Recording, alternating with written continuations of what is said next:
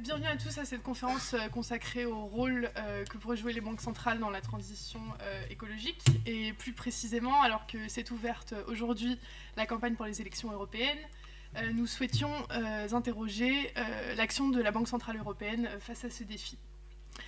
À l'origine de cette conférence, le constat suivant: alors que le High Level Expert Group on Sustainable Finance estime que le basculement vers une économie décarbonée requiert des investissements de l'ordre de 13 000 milliards d'euros d'ici 2030, soit plus que le PIB de la zone euro en 2017, les banques centrales semblent être les acteurs les plus à même de dégager de tels budgets le plus rapidement possible.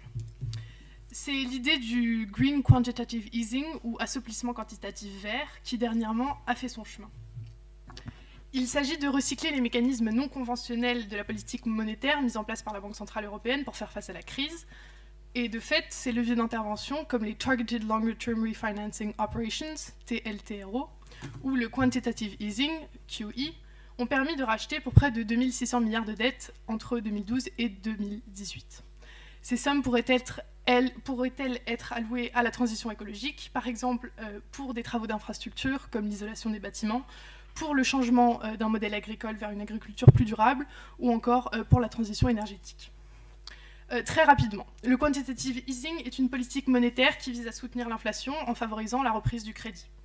Pour inciter les banques à prêter à taux avantageux, la BCE a ainsi racheté aux banques leurs dettes et obligations pour augmenter leur liquidité, ce qui devait permettre de relancer les prêts et les emprunts. L'idée d'un quantitative easing vert, ou green quantitative easing, est donc de diriger les sommes allouées dans le cadre du quantitative easing vers des investissements favorisant la transition vers un système économique à faible émission de carbone.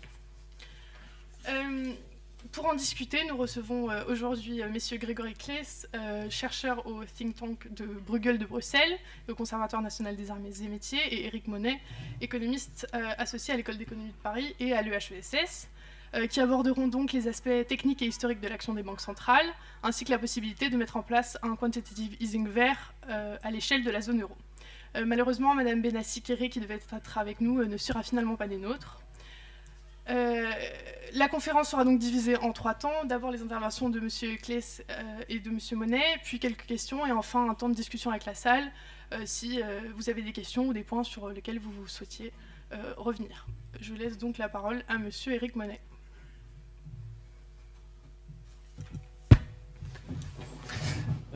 Merci beaucoup de cette invitation.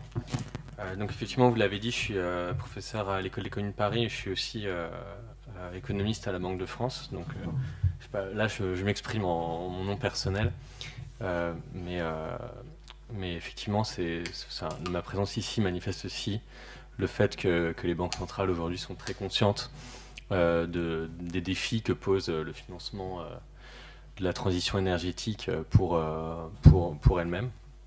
Donc je vais, en discutant un petit peu avant de préparer cette conférence, on s'était dit que c'était intéressant, avant de rentrer peut-être dans les détails qui sont parfois souvent techniques, de ce que peuvent faire les banques centrales aujourd'hui pour financer cette transition énergétique. On a dit déjà dans l'introduction en parlant de QE, LTRO.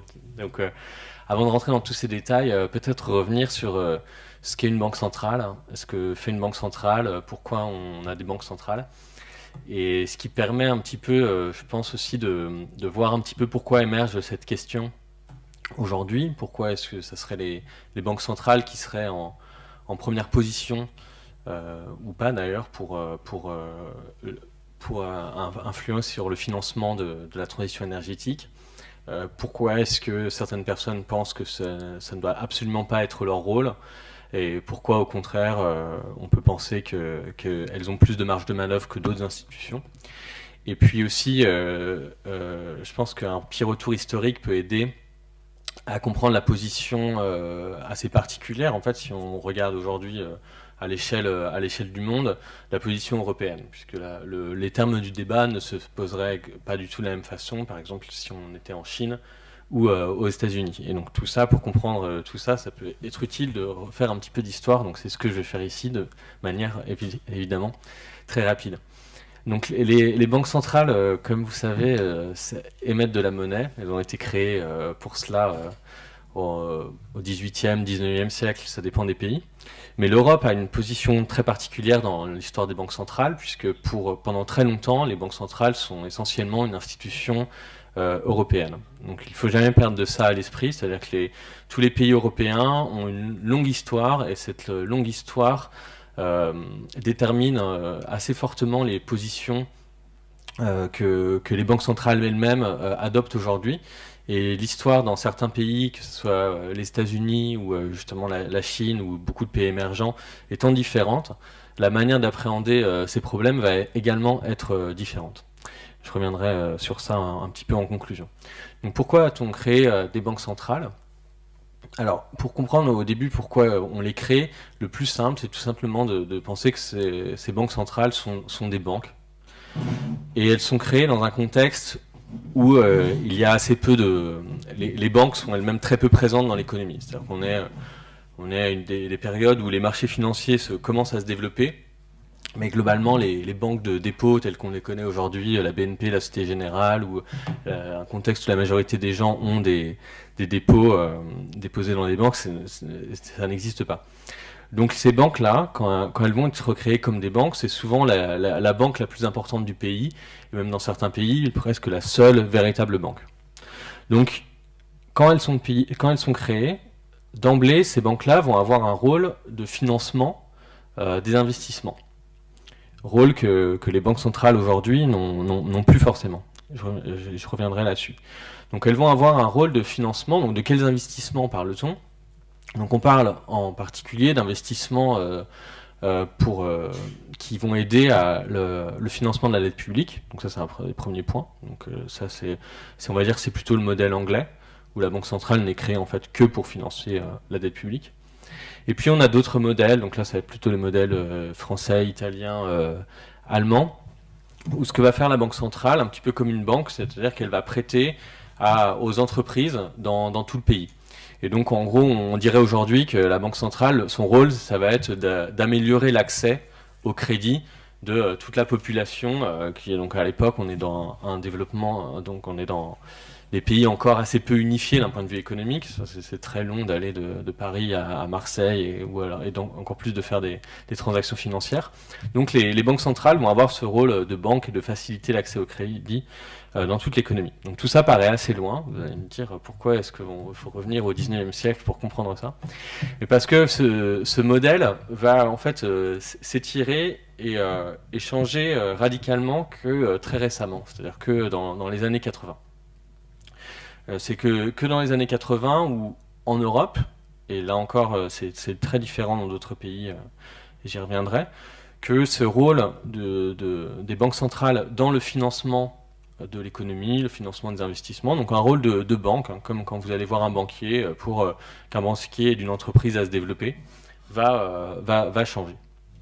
Donc c'est aussi pour ça que ce rôle-là, même s'il a été remis en cause, il n'a pas été totalement oublié. Et c'est aussi pour ça que les débats reviennent aujourd'hui, puisque lorsqu'on dit mais il faut que les banques centrales prennent leur part dans le financement de la transition énergétique, je pense qu'il y a deux raisons principales pourquoi cet argument réémerge aujourd'hui. Le premier, c'est que suite à la crise financière, les banques centrales ont été obligées de beaucoup prêter au système financier directement, aux banques, et donc leur bilan, comme on dit, leur total de leurs prêts a beaucoup augmenté. Mais aussi, la deuxième raison pour laquelle on parle des banques centrales, c'est qu'elles ont effectivement eu dans l'histoire un rôle, quelquefois, de prêter à des entreprises ou des secteurs en particulier. Donc, une fois que ces banques-là ont été créées, quand on crée une banque qui a une garantie de l'État, parce qu'elles sont créées avec... Donc ce qui caractérise ces banques centrales, pourquoi elles sont... Pour l'instant, j'ai dit pourquoi c'était des banques, donc pourquoi elles étaient centrales.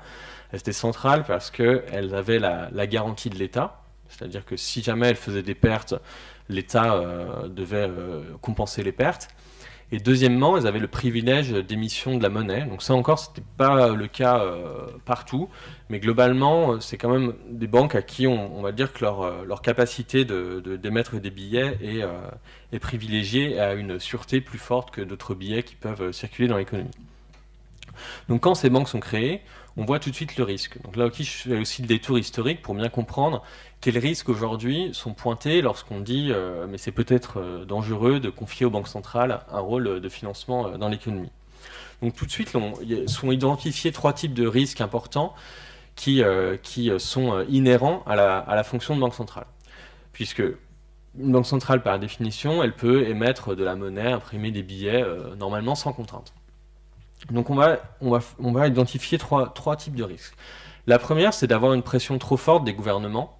C'est-à-dire que les gouvernements ayant été à l'initiative de la création des banques centrales, ayant souvent une mainmise assez forte sur elles, peuvent, et puis parce que les banques centrales ont la garantie, on peut dire que les gouvernements peuvent essayer d'utiliser ces banques centrales pour financer leurs propres politiques, voire dans un contexte 19e, mais qui n'est pas si éloigné pour certains pays dans le monde encore aujourd'hui, d'avoir des problèmes de corruption très patents, où en fait la Banque centrale va clairement financer le train de vie de certains hommes politiques.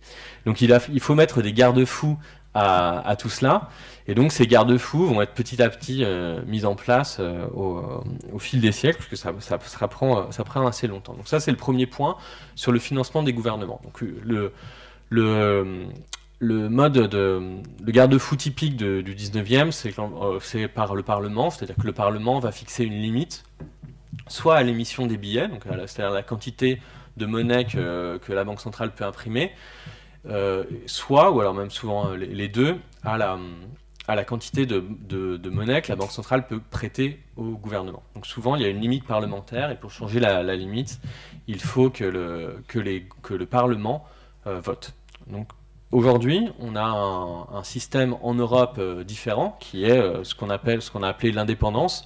Donc à travers l'indépendance, qui est aussi une coupure totale de financement, même s'il y a des nuances, et je pense qu'on pourra revenir dans la discussion. Donc aujourd'hui, le financement direct de la Banque centrale au gouvernement est directement coupé. Et puis, il y a aussi une indépendance des fonctionnaires, c'est-à-dire qu'on ne peut pas être à la fois ministre et directeur de la Banque centrale, et parlementaire, directeur de la Banque centrale, ou directeur d'une entreprise, qui était la norme pendant en fait très longtemps. Donc ces garde-fous existent. Ensuite, il y a les garde-fous qui aujourd'hui ont été coupés, qui sont les problèmes d'intérêt privé, donc, qui étaient un énorme problème au XIXe siècle, parce que les banques centrales étaient créées avec une garantie de l'État, mais avec des actionnaires privés. Donc à l'époque, le fait que les banques allaient, tout en ayant des objectifs publics, mais en fait favoriser des intérêts privés, était beaucoup plus fort qu'aujourd'hui. Et donc là encore, il va y avoir toutes sortes de mécanismes qui vont se mettre en place, donc des limites aux dividendes par exemple, et puis donc c'est très récent dans leur histoire, c'est-à-dire que ça date de l'après-Seconde Guerre mondiale, où là elles vont être nationalisées, donc aujourd'hui les banques centrales n'ont plus l'État est le seul actionnaire de ces banques. Et enfin, le troisième risque, et donc là ça va être peut-être plus parlant aujourd'hui, c'est le risque que la création monétaire soit utilisée pour le financement privé avec des mauvais investissements. Donc, quelles sont les conséquences de mauvais investissements quand une banque centrale, c'est comme toute banque, le problème de la faillite, c'est-à-dire qu'on investit dans des secteurs et les personnes à qui on a prêté font défaut, donc ou font faillite. Et dans ces cas-là, c'est une perte pour la Banque centrale. Donc une banque centrale peut se retrouver en faillite. Donc il fallait mettre des mécanismes pour être sûr que le risque de ces banques soit bien géré. Le deuxième point, ça c'est un problème plus spécifique aux banques centrales, ça concerne le financement à long terme. Puisque ces banques-là, on dit par nature, à partir du moment où elles sont créées, elles peuvent émettre de la monnaie comme elles veulent pour financer. Donc si, imaginez une banque centrale qui, comme aujourd'hui, si vous allez faire un emprunt immobilier et vous demandez un emprunt sur 20 ou 30 ans, c'est-à-dire que si la banque centrale elle-même est capable et qu'il n'y a aucune autorité au-dessus d'elle qui va limiter sa création monétaire, à faire des prêts à 20 ou 30 ans, là d'un coup ça fait un montant énorme de création monétaire, et en plus, sur des prêts de 20 ou 30 ans immobiliers, il y a un risque, ce qu'on va appeler un risque d'illiquidité, puisque ça veut dire que l'argent elle est bloqué pendant 20 ou 30 ans. Donc une manière de résoudre ce risque, c'est de forcer les banques centrales à faire des prêts uniquement à court terme. Donc certaines vont faire à plus long terme, mais globalement, le modèle des banques centrales a toujours été de faire des prêts à court terme, ce qui réduit à la fois donc, ces deux problèmes. Le problème de faire trop de création de monnaie d'un seul coup, et surtout une création de monnaie qui va être bloquée sur un nombre d'années trop important, ce qui est le problème, ce qu'on appelle l'illiquidité. Donc ça, c'est très très important aujourd'hui pour comprendre pourquoi on est encore dans un monde où les banques centrales, contrairement à des banques privées que vous pouvez connaître, et aujourd'hui, sachant que, vous savez sans doute ça, mais l'activité principale des banques privées aujourd'hui, c'est de faire du crédit immobilier, donc c'est des prêts à 20 ou 30 ans. Donc une banque centrale fait des prêts, ce qu'on appelle au jour le jour, voire à 3 mois. Il y a quelques exceptions, elles ont été mentionnées tout à l'heure, ce qu'on appelle en Europe le long-term refinancing, qui va jusqu'à 4 ans. Mais non, c'est vraiment des exceptions. Donc il faut bien penser pourquoi tout ça a été créé, puisque ça apparaît tout de suite dans le débat de quand on dit comment les banques centrales doivent financer la transition énergétique, pourquoi est-ce qu'elles ne le font pas ou pas. Un point aussi pour la gestion du risque, et donc là j'ai parlé de ce qu'on appelle en termes techniques la maturité, c'est-à-dire la longueur des prêts, et pourquoi les banques centrales ont dû faire des prêts, on les a forcés à faire des prêts à court terme. Et il y a l'autre point qui est encore un peu plus technique, mais je pense que c'est vraiment important de le mentionner si on veut comprendre les débats actuels sur le financement des bons. C'est ce qu'on appelle la question du collatéral. C'est-à-dire que quand n'importe quelle banque prête à n'importe qui d'ailleurs, elle demande une garantie. Donc cette garantie, on appelle ça le collatéral. C'est-à-dire qu'est-ce que la banque a le droit de saisir si jamais vous faites défaut.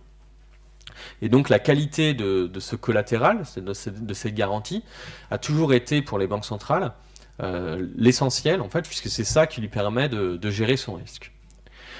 Alors, ce collatéral, c'est sans doute ce qui est le plus important et le plus intéressant dans l'histoire des banques centrales. C'est-à-dire que quand on fait l'histoire de ce collatéral, on comprend tout leur rôle politique et tout leur rôle économique qu'ils ont eu à travers l'histoire. Et donc, à travers ce collatéral, va être cette ambivalence qui est là qui va rester jusqu'à très longtemps, jusqu'aux années 80 pour les banques centrales, c'est-à-dire entre gestion du risque et à la fois besoin de financement de l'économie. Donc, je vous dis, le modèle dominant qui va se mettre en place, c'est plutôt des prêts à court terme et des prêts avec comme collatéral des transactions commerciales, c'est-à-dire en gros l'équivalent de ce qu'on ferait aujourd'hui des chèques. Mais souvent, pour le financement de l'économie, c'est assez limité. Donc, en parallèle, les gouvernements vont créer des institutions qui sont capables de faire des prêts à long terme.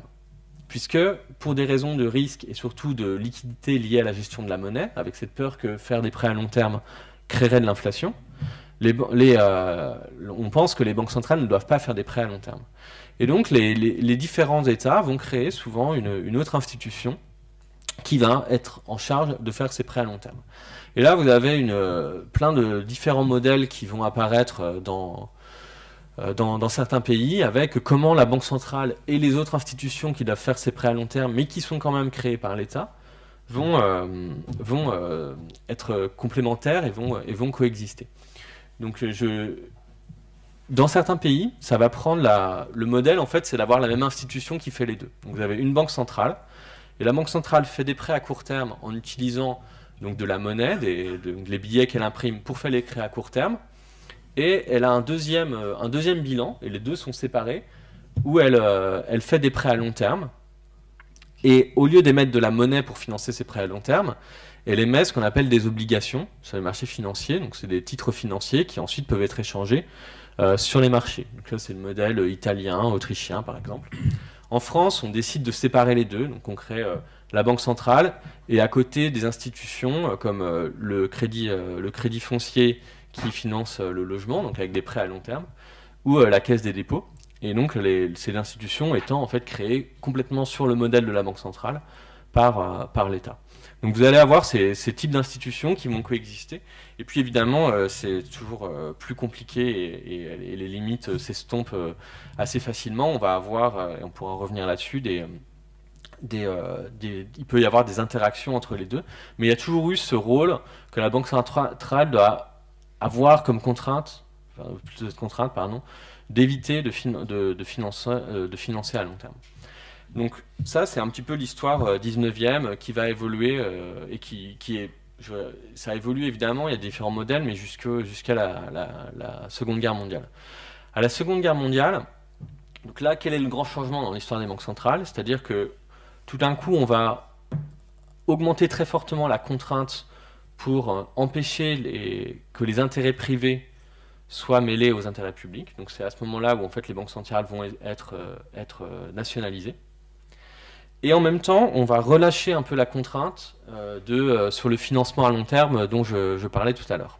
Donc là, je parle encore de l'Europe, mais en 1945, on est encore dans un monde où l'essentiel des banques centrales sont européennes. Il y a seulement les États-Unis qui ont suivi en 1913 et l'Amérique latine qui commence à suivre dans les années 20-30. Donc ça veut dire que dans les années 50-60, en lien, ça doit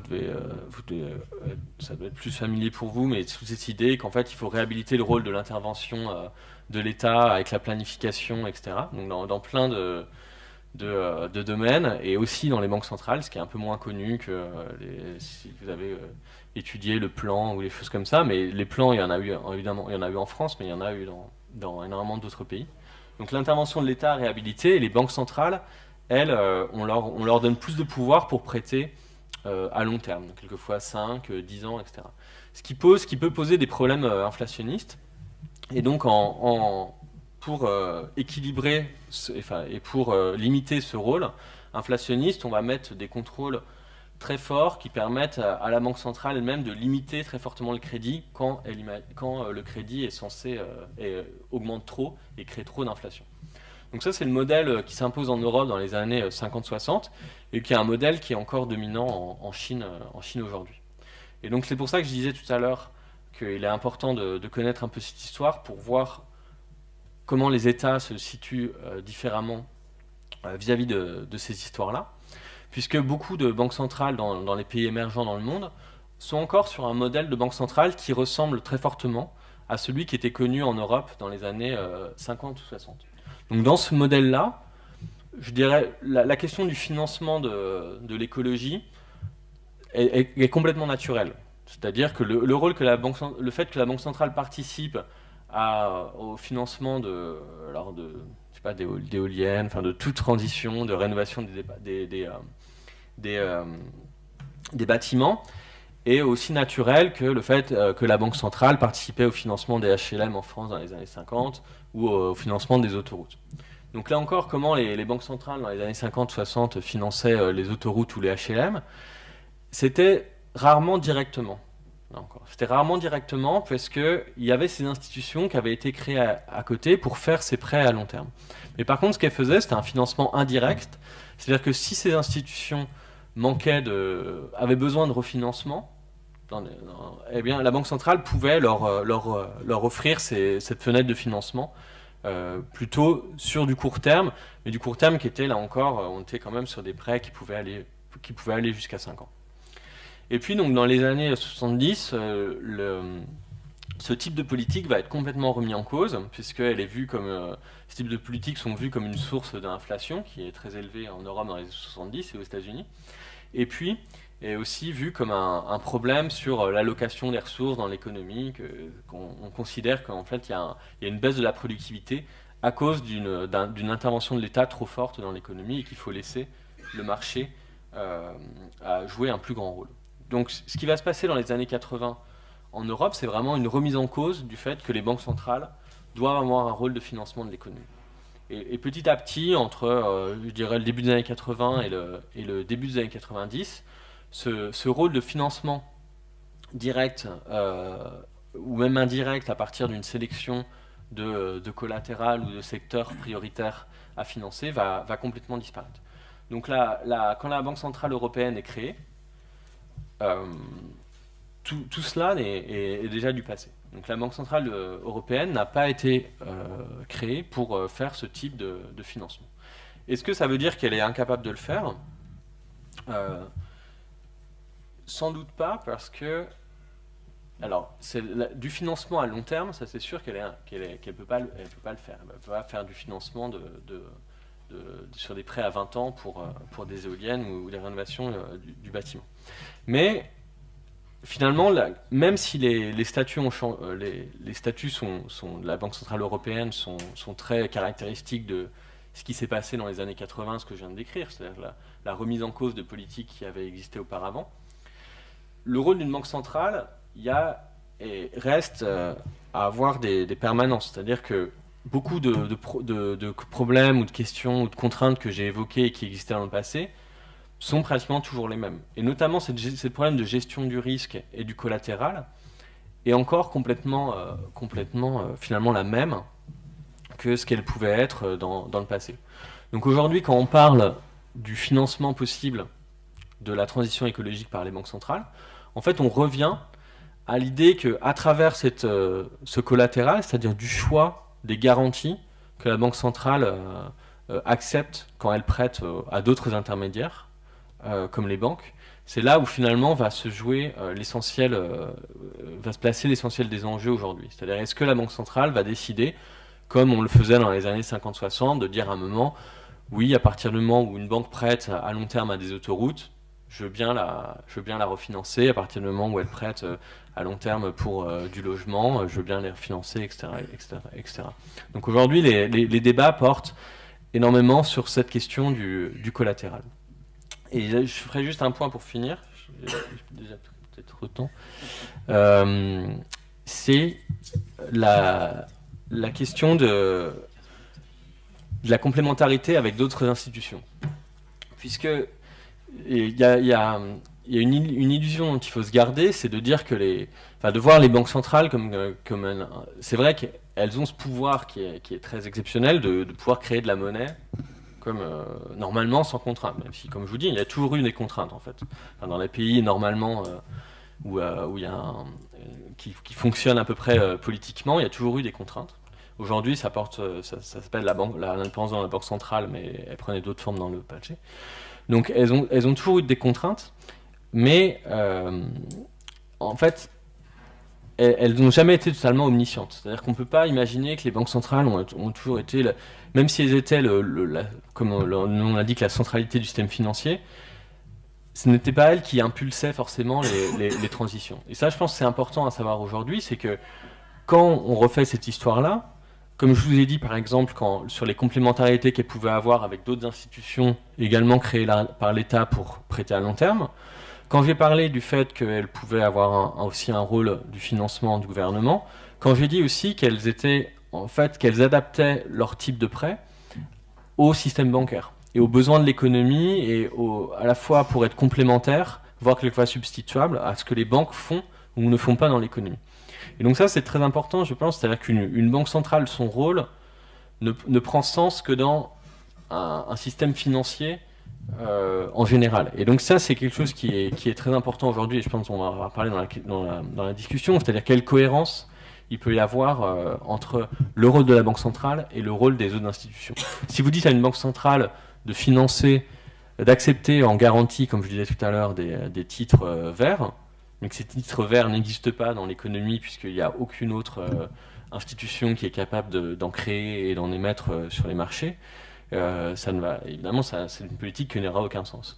Et donc, la Banque centrale a souvent eu un rôle clé, mais ça n'a jamais un rôle qui peut être pensé comme seul, et il faut se garder aussi d'avoir une image de ces institutions comme ayant un pouvoir de changer seul en quelques années les orientations du système financier. Je m'arrête là-dessus et on pourra, dans les questions, rentrer dans les choses plus précises, mais je pensais important d'avoir cette image un peu générale. Merci beaucoup. Je laisse donc la parole à Monsieur Claes. Merci beaucoup. Merci déjà beaucoup à tous les deux pour l'invitation. C'est vraiment un plaisir de venir parler de ce sujet vraiment important. Merci à Eric d'avoir rappelé les fondamentaux et l'histoire des banques centrales. Je vais essayer plutôt de me concentrer sur quel rôle peuvent jouer les banques centrales aujourd'hui, étant donné tout ce qu'a dit Eric. Donc bien sûr, tout d'abord, il faut que ce soit clair, c'est vrai que la lutte contre le réchauffement climatique, c'est une priorité de notre temps si on veut éviter la catastrophe. Et du coup, toutes les politiques publiques doivent être mobilisées pour atteindre cet objectif, tel qu'elles ont été fixées dans l'accord de Paris de 2015. Mais si on veut respecter cet accord de Paris de 2015, ça va avoir des conséquences très très importantes au niveau économique. Au niveau économique, on va devoir vraiment avoir une transition vers un système de production qui sera différent, qui sera décarboné d'ici 2050. Et pour cela, on va avoir besoin de mettre en place des investissements massifs, comme l'a rappelé Cassandra, pour pouvoir avoir vraiment une transition énergétique dans tous les secteurs de l'économie. Et du coup, qu'est-ce que ça implique au niveau financier? En fait, ça signifie qu'au niveau financier, on va d'abord devoir financer des activités décarbonées qui sont désirables socialement, mais qui souffrent aujourd'hui de sous-investissement, parce que en fait, les externalités positives de ces activités ne sont pas prises en compte par les marchés financiers et par les banques. Et d'autre part, donc ça c'est d'un côté, on a beaucoup de financement à faire, des activités décarbonées, et de l'autre part, on doit essayer de restreindre, ou en tout cas de décourager le financement des projets qui sont eux nuisibles à l'environnement et qui eux, au contraire, bénéficient en général d'un surinvestissement parce que justement on ne prend pas en compte non plus les externalités négatives que font subir ces projets. Donc étant donné que les banques centrales ont, depuis leur création, comme l'a rappelé Eric, et encore plus le cas aujourd'hui, vraiment une place centrale dans les systèmes financiers, dans les systèmes bancaires, notamment dans les pays développés.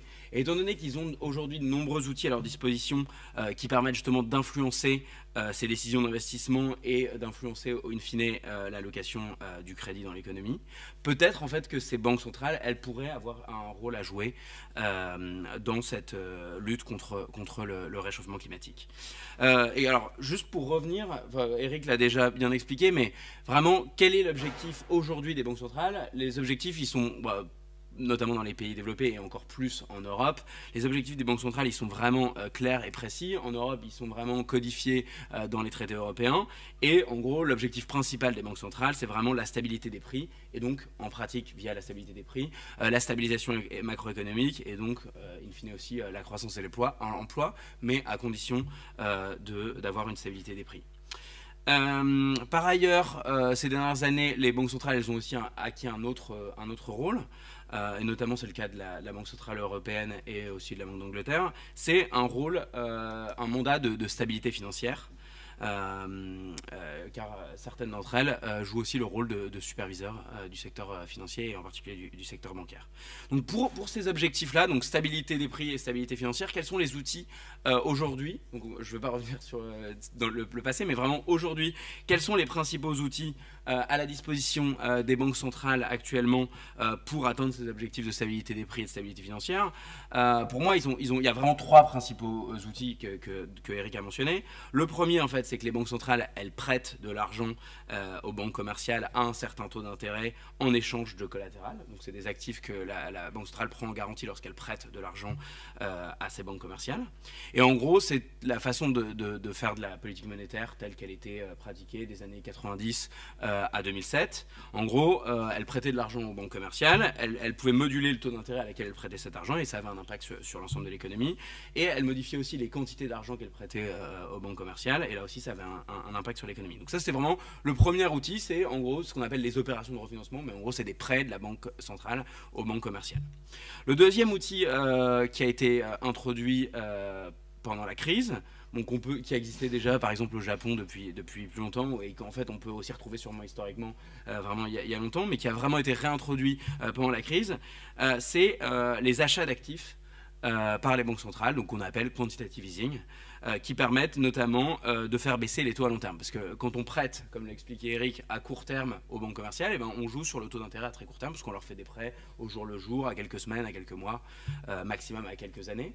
Mais si on veut faire baisser tous les taux d'intérêt, et en général, parfois en économie, si on veut vraiment avoir un impact sur l'ensemble de l'économie, eh ben, et qu'on ne peut plus bouger le taux court, eh ben, on essaye de faire bouger l'ensemble de la courbe des taux.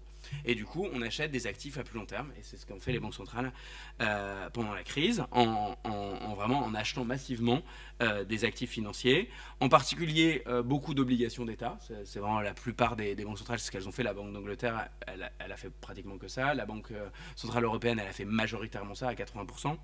Mais par exemple, la BCE, elle a aussi acheté des obligations d'entreprise, des obligations de banque et des obligations d'agences publiques, telles que les banques d'investissement dont parlait Eric, par exemple, la Caisse des dépôts, la BEI, la Banque publique d'investissement, je ne sais pas comment elle s'appelle en France, BPI France, et l'équivalent dans tous les autres pays de la zone euro.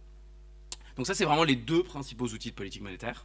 Et le troisième outil, qui n'est pas vraiment un outil de politique monétaire, mais qui est lié au rôle qu'on leur a donné ces dernières années, c'est le fait que désormais, la plupart des banques centrales des pays développés jouent aussi le rôle de superviseur du secteur financier, même si cette fonction est séparée. Par exemple, à la BCE, il y a deux tours. À Francfort, il y a une tour qui s'occupe de la politique monétaire et une tour qui s'occupe de la supervision. Donc ils sont censés être séparés, mais c'est quand même, ça reste sous la direction de la Banque centrale.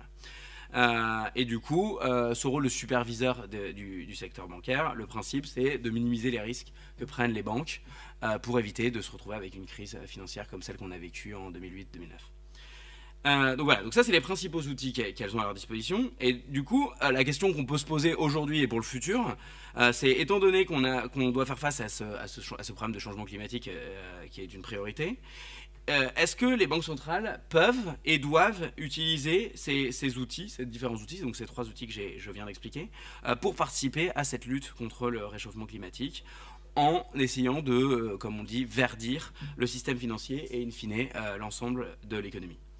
Eh ben, je vais vous dire, la réponse n'est pas si facile que ça. Mais je vais vous donner mon avis quand même sur les différentes façons de le faire.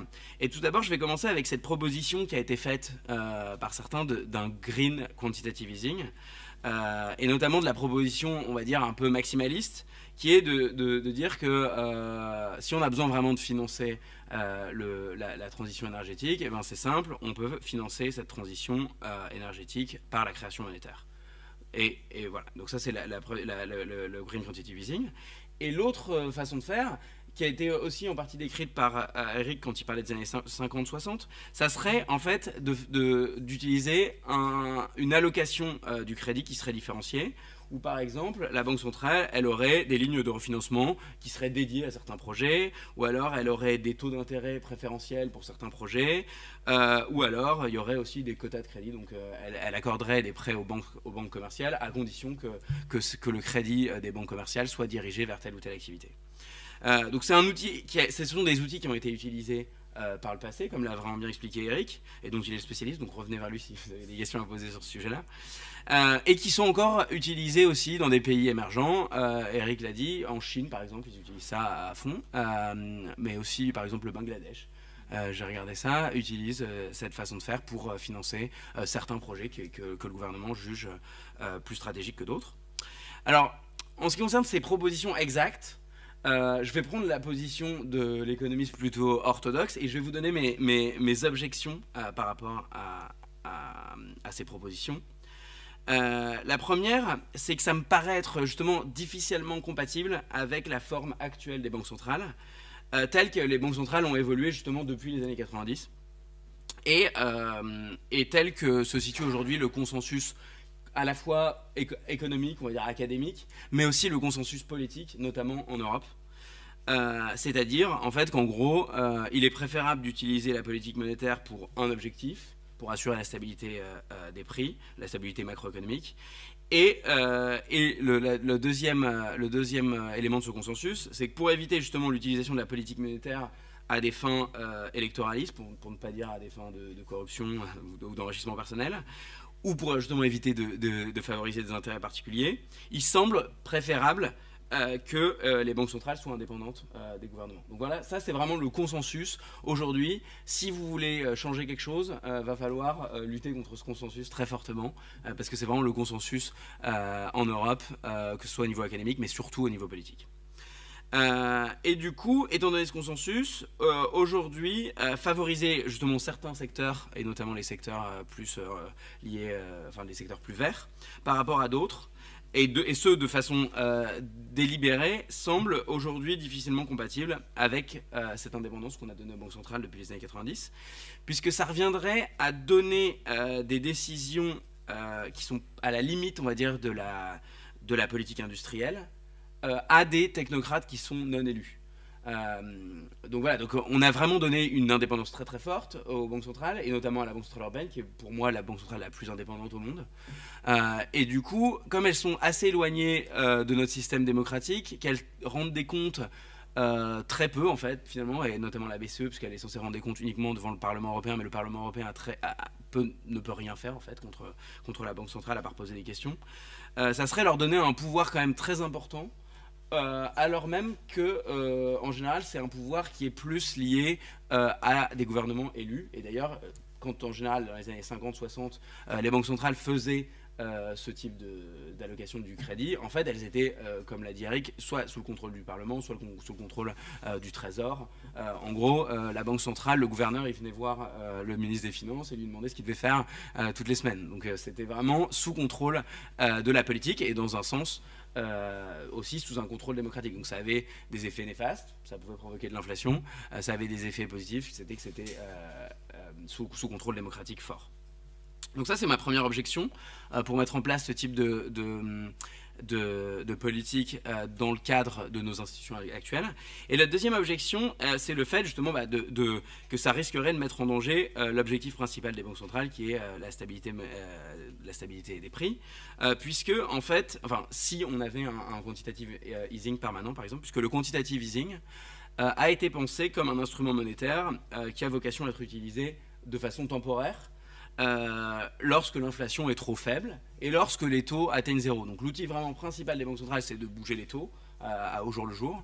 Et quand elle n'y arrive plus parce que les taux tombent à zéro, qu'est-ce qu'elle fait? Elle utilise le quantitative easing. Donc le quantitative easing, c'était un peu une mesure de dernier ressort parce qu'on n'arrivait plus à utiliser les outils habituels. Et du coup, on s'est mis à faire du quantitative easing. Mais du coup, est-ce que le green quantitative easing, ça serait possible? Ça me semble pas être la meilleure façon de faire, puisque en fait, le quantitative easing a vocation à être temporaire. Or, on sait que ces investissements dans des projets verts, eux, doivent être massifs et durables. Donc ils ne peuvent pas durer juste quand on a un problème d'inflation ou quand on a un problème quand la croissance ralentit. On est censé l'utiliser, comme l'a expliqué Cassandra, d'aujourd'hui jusqu'en 2030, on est censé, je me souviens plus du chiffre qu'elle a donné, mais on est censé investir 13 000 milliards. Or, si on l'utilise que quand on met en place le quantitative easing, ça veut dire que quand on a un problème conjoncturel, on met en place le quantitative easing, à ce moment-là il serait vert, mais dès que la situation va mieux au niveau macroéconomique, on arrêterait le quantitative easing, et du coup il n'y aurait plus de sources pour ces financements de projets durables. Et l'autre élément, c'est qu'en plus, si on se limitait uniquement à acheter des actifs verts lorsqu'on a besoin du quantitative easing, ça pourrait justement limiter l'efficacité de cet outil aussi, parce que comme l'a expliqué Eric, la taille du marché des actifs verts est très très faible aujourd'hui en Europe. Et d'ailleurs la BCE, quand elle a mis en place ce quantitative easing, elle a acheté des obligations, n'importe quelle obligation, plein de types d'obligations, dont des obligations vertes. Et en fait elle s'est retrouvée, je pense elle possède aujourd'hui, je me souviens plus du chiffre, mais entre 25 et 50% de ces obligations vertes. Donc elle a déjà une grosse part du marché, parce que le marché est très petit. Et du coup, si elle pouvait acheter que des obligations comme ça rendrait sa tâche plus difficile. Parce qu'aujourd'hui, le seul outil qu'elle avait pendant la crise pour continuer à faire de la politique monétaire, c'était ce quantitative easing. Donc si elle devait se limiter à ses achats d'actifs verts, elle pourrait plus avoir cet investissement massif dans l'économie qu'elle a mis en place avec le quantitative easing. Donc voilà, et on sait que quand même la tâche des banques centrales est quand même déjà assez compliquée, puisque l'inflation a été assez faible ces dernières années et est toujours largement en dessous de la cible de la BCE. Donc est-ce que ça veut dire que la Banque centrale européenne et les banques centrales en général ne doivent rien faire? Non, non plus. Et alors comment est-ce qu'elles doivent agir? En premier lieu, selon moi, elles doivent agir dans le cadre de leur mandat de stabilité financière, c'est-à-dire en tant que superviseur du secteur bancaire. C'est-à-dire qu'elles doivent intervenir parce que le risque climatique, finalement, c'est devenu aussi aujourd'hui un risque financier, avec des conséquences qui peuvent être majeures en termes de stabilité financière. Pour vous donner un exemple, quand il y a des inondations, quand il y a des incendies, quand il y a des ouragans, quand il y a des vagues de chaleur très importantes, des événements qui sont censés devenir de plus en plus fréquents et de plus en plus intenses avec le réchauffement climatique, bien sûr, ça pose des risques pour les ménages, pour les entreprises, et du coup, ça pose aussi des risques pour les banques, les assurances et pour l'ensemble du système financier. Le deuxième élément, c'est que la transition énergétique elle-même, si elle se fait de façon rapide et si on a un changement sociétal important, c'est-à-dire que finalement si ça se passe bien en fait, et c'est plutôt souhaitable, et ben même cette transition elle devrait aussi avoir des conséquences négatives sur certains secteurs. Je pense par exemple au secteur du pétrole, du gaz, des industries carbonées, etc. Parce que ça va entraîner des pertes pour ces industries-là quand on va se détourner d'elles. Donc voilà, donc ça finalement, ce que doit faire la Banque centrale dans ce cas-là, c'est obliger en gros le système financier et le secteur bancaire à prendre en compte ces risques, à divulguer ses expositions à ce risque, afin que ces risques soient bien pricés, comme on dit, par le système, qu'ils soient bien pris en compte par le système. Et du coup, s'ils sont pris en compte par le système, dans ces cas-là, ça devrait avoir un impact sur les investissements eux-mêmes, puisque si prêter, par exemple, à des industries très carbonées, c'est dangereux, parce que finalement c'est des industries qui ne seront pas profitables à long terme, et bien finalement les banques vont avoir moins intérêt à leur prêter. Et du coup, elles devraient se détourner de plus en plus de ces activités-là et plutôt aller vers les activités bas carbonées, enfin je ne sais pas comment on les appelle, vertes. Et alors, le deuxième élément qui est pour moi un élément important, c'est aussi, donc je vous ai dit qu'elle devrait jouer un rôle en tant que superviseur. Le deuxième élément, c'est dans la mise en place en fait de la politique monétaire. Même si je pense que le green quantitative easing, dans la version que j'expliquais, où en gros on finance tout par la création monétaire, est pas réaliste, je pense quand même que dans la mise en place de la politique monétaire des banques centrales, et à condition que ça se fasse pas au détriment de leurs mandats principaux, qui est en gros la stabilité macroéconomique, et ben je pense qu'il y a quand même une place pour prendre en compte le changement climatique et le réchauffement climatique, et pour que les banques centrales participent à cette lutte contre le changement climatique. Et du coup, les décisions, elles doivent continuer à être prises pour s'acquitter du mandat qui est le leur, donc elles doivent toujours se prendre pour assurer la stabilité des prix, la stabilité macroéconomique, la stabilité financière. Mais une fois qu'on a pris ces décisions, on peut ensuite utiliser des critères environnementaux dans les opérations de politique monétaire.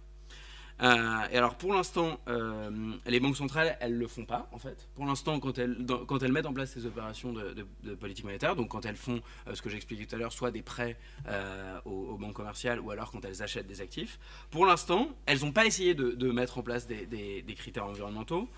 Pour l'instant, ce qu'elles font, c'est qu'elles font tout justement pour être neutres, comme le marché. Donc ça veut dire que s'il y a 20%, enfin non, 20% c'est énorme, s'il y a plutôt 5% d'actifs verts sur le marché et 95% d'actifs nuisibles à l'environnement dans le marché, et ben elle va acheter 95% d'actifs nuisibles à l'environnement et 5% d'actifs verts. Et ça correspond un peu enfin c'est lié au consensus qui est né dans les années 70-80, qui est que les banques centrales, elles devaient juste avoir une mission unique qui était d'assurer la stabilité des prix et éviter de mettre en place des distorsions dans l'économie. Donc d'essayer d'être le plus neutre possible. Alors l'idée en fait, c'est que en fait, finalement en essayant d'être neutre, ben, finalement elles sont biaisées, parce que en fait comme le marché lui il est biaisé, et comme le marché en fait lui il prend pas en compte ces externalités négatives des actifs carbonés et il prend pas en compte les externalités positives des actifs décarbonés, et ben en fait finalement tout en essayant d'être neutre, et ben finalement les banques centrales elles ont été biaisées, et quand on regarde les actifs qu'elles ont achetés pendant le quantitative easing de 2015 à fin 2018, et ben en fait elles sont très concentrées dans les industries très polluantes. Elles ont pas mal d'obligations, je sais pas, de chez Total, ou d'eau Shell, etc., d'entreprises comme ça. Parce que aussi c'est ces entreprises-là qui sont importantes aujourd'hui dans l'économie, et c'est ces entreprises-là qui émettent des obligations sur le marché. Et du coup, pour avoir un effet sur l'économie, elles ont acheté en majorité des actifs de ces entreprises. Donc l'idée en fait pour moi, c'est de corriger ce biais. En fait, c'est que finalement l'idée de neutralité de la Banque centrale actuellement, c'était d'être neutre, c'est-à-dire de faire comme le marché. Alors que pour moi, l'idée d'être neutre, ça serait plutôt en fait de prendre en compte les externalités positives et négatives. En fait, c'est ça la vraie neutralité selon moi. Donc finalement, ce que pourraient faire les banques centrales, c'est quand dans leurs opérations de politique monétaire, que ce soit donc les prêts auprès des banques commerciales ou les achats d'actifs, ce qu'elles pourraient faire, c'est essayer justement de corriger ces biais et de prendre en compte ces externalités positives et négatives dans leurs opérations de marché. Donc pour les opérations de refinancement, donc ces prêts aux banques qu'elles font tout le temps, la façon de prendre en compte ces externalités, ça serait justement de regarder le collatéral qu'elles prennent. Parce qu'en fait, comme l'expliquait Eric, quand elles prêtent aux banques, comme elles ne veulent pas prendre de risques, elles demandent du collatéral, donc elles demandent des actifs et elles leur donnent du cash. Et du coup, ce qu'elles pourraient faire, c'est appliquer une décote. Donc elles prennent une décote sur ces actifs. C'est-à-dire que je sais pas, si elles considèrent que l'actif est risqué, et ben pour un actif qui vaut 100, elles vont leur donner seulement 50 de cash. Pour un actif qu'elles ne considèrent pas du tout risqué, et ben elles vont leur donner 97,5 de cash. Donc c'est ce qu'elles font par exemple avec les obligations souveraines. Et ben ce qu'elles pourraient faire, c'est changer la décote dans ces opérations en fonction justement de ces externalités négatives et positives. C'est-à-dire qu'elle pourrait appliquer une décote plus importante quand il y a une externalité négative, c'est-à-dire quand c'est une activité vraiment carbonée, et une décote positive quand c'est une activité justement moins nuisible au niveau environnemental. Et le deuxième élément, c'est dans le quantitative easing, donc dans les achats, bah là c'est pareil. Pour être vraiment neutre, ce qu'elle pourrait faire, c'est qu'elle devrait continuer à acheter des actifs sur l'ensemble du marché pour pouvoir avoir vraiment un impact sur l'économie. Mais elle pourrait, par exemple, avoir une surallocation vers les actifs verts, donc acheter plus d'actifs verts que sa part dans le marché, et en revanche faire une sous-allocation vers les actifs carbonés. Donc elle pourrait essayer de corriger justement son allocation et pas juste copier le marché. Donc voilà ce qui selon moi devraient faire ou pourraient faire les banques centrales. C'est moins excitant que juste le green quantitative easing, c'est plus technique, mais ça me semble être plus réaliste, aussi plus efficace et plus en lien avec les traités actuels. Et juste pour donner une conclusion, je pense que j'ai été aussi beaucoup trop long. Oui, beaucoup trop long. En conclusion, je pense aussi que les banques centrales, elles ne peuvent pas se substituer vraiment au gouvernement, qui selon moi ont la responsabilité et ce sont ceux qui se sont engagés à respecter les accords de Paris. Et du coup, selon moi, en fait, la meilleure solution en fait, pour lutter contre le changement climatique, c'est d'avoir une taxe carbone qui change les incitations de tous les acteurs, que ce soit les ménages ou les entreprises, tout en prenant en compte en fait, les effets redistributifs, parce qu'on voit que quand on met une taxe carbone et que en fait, c'est les plus pauvres qui doivent la payer, ça pose problème. Et le deuxième élément important pour moi, c'est, en ce qui concerne le financement justement de ces investissements importants, c'est de mieux utiliser les autres institutions, en fait, comme le disait Eric, qui sont là justement pour fournir des investissements à long terme, et notamment mieux utiliser la Banque européenne d'investissement, puisque en fait, cette Banque européenne d'investissement, elle, sa mission est définie par son directoire, et son directoire c'est qui ? C'est les ministres des finances de tous les pays de l'Union européenne, et du coup il pourrait très bien décider que la Banque européenne d'investissement se concentre exclusivement vers le climat et qu'elle devienne une banque du climat comme le demande actuellement la France. Aujourd'hui la BEI elle consacre déjà 25% en fait, de ses investissements au climat, mais on pourrait très bien lui demander de consacrer 50, 75 ou même 100% de ses investissements vers le climat. Et par ailleurs, je voulais noter aussi que la BEI, même si dans le Green QE, il y a aussi des versions où les gens disent on devrait juste financer la BEI avec la création monétaire de la Banque Centrale Européenne, en fait finalement la BEI, elle n'a pas vraiment besoin de la Banque Centrale pour se financer, parce que j'ai été voir hier à quel taux se finance aujourd'hui la Banque Européenne d'Investissement.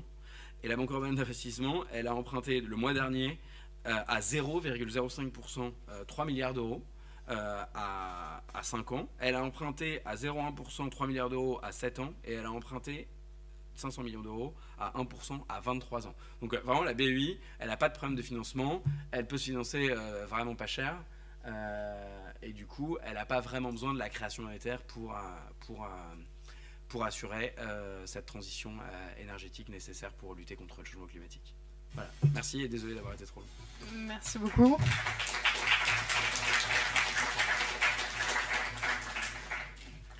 Hakim, tu veux peut-être commencer ?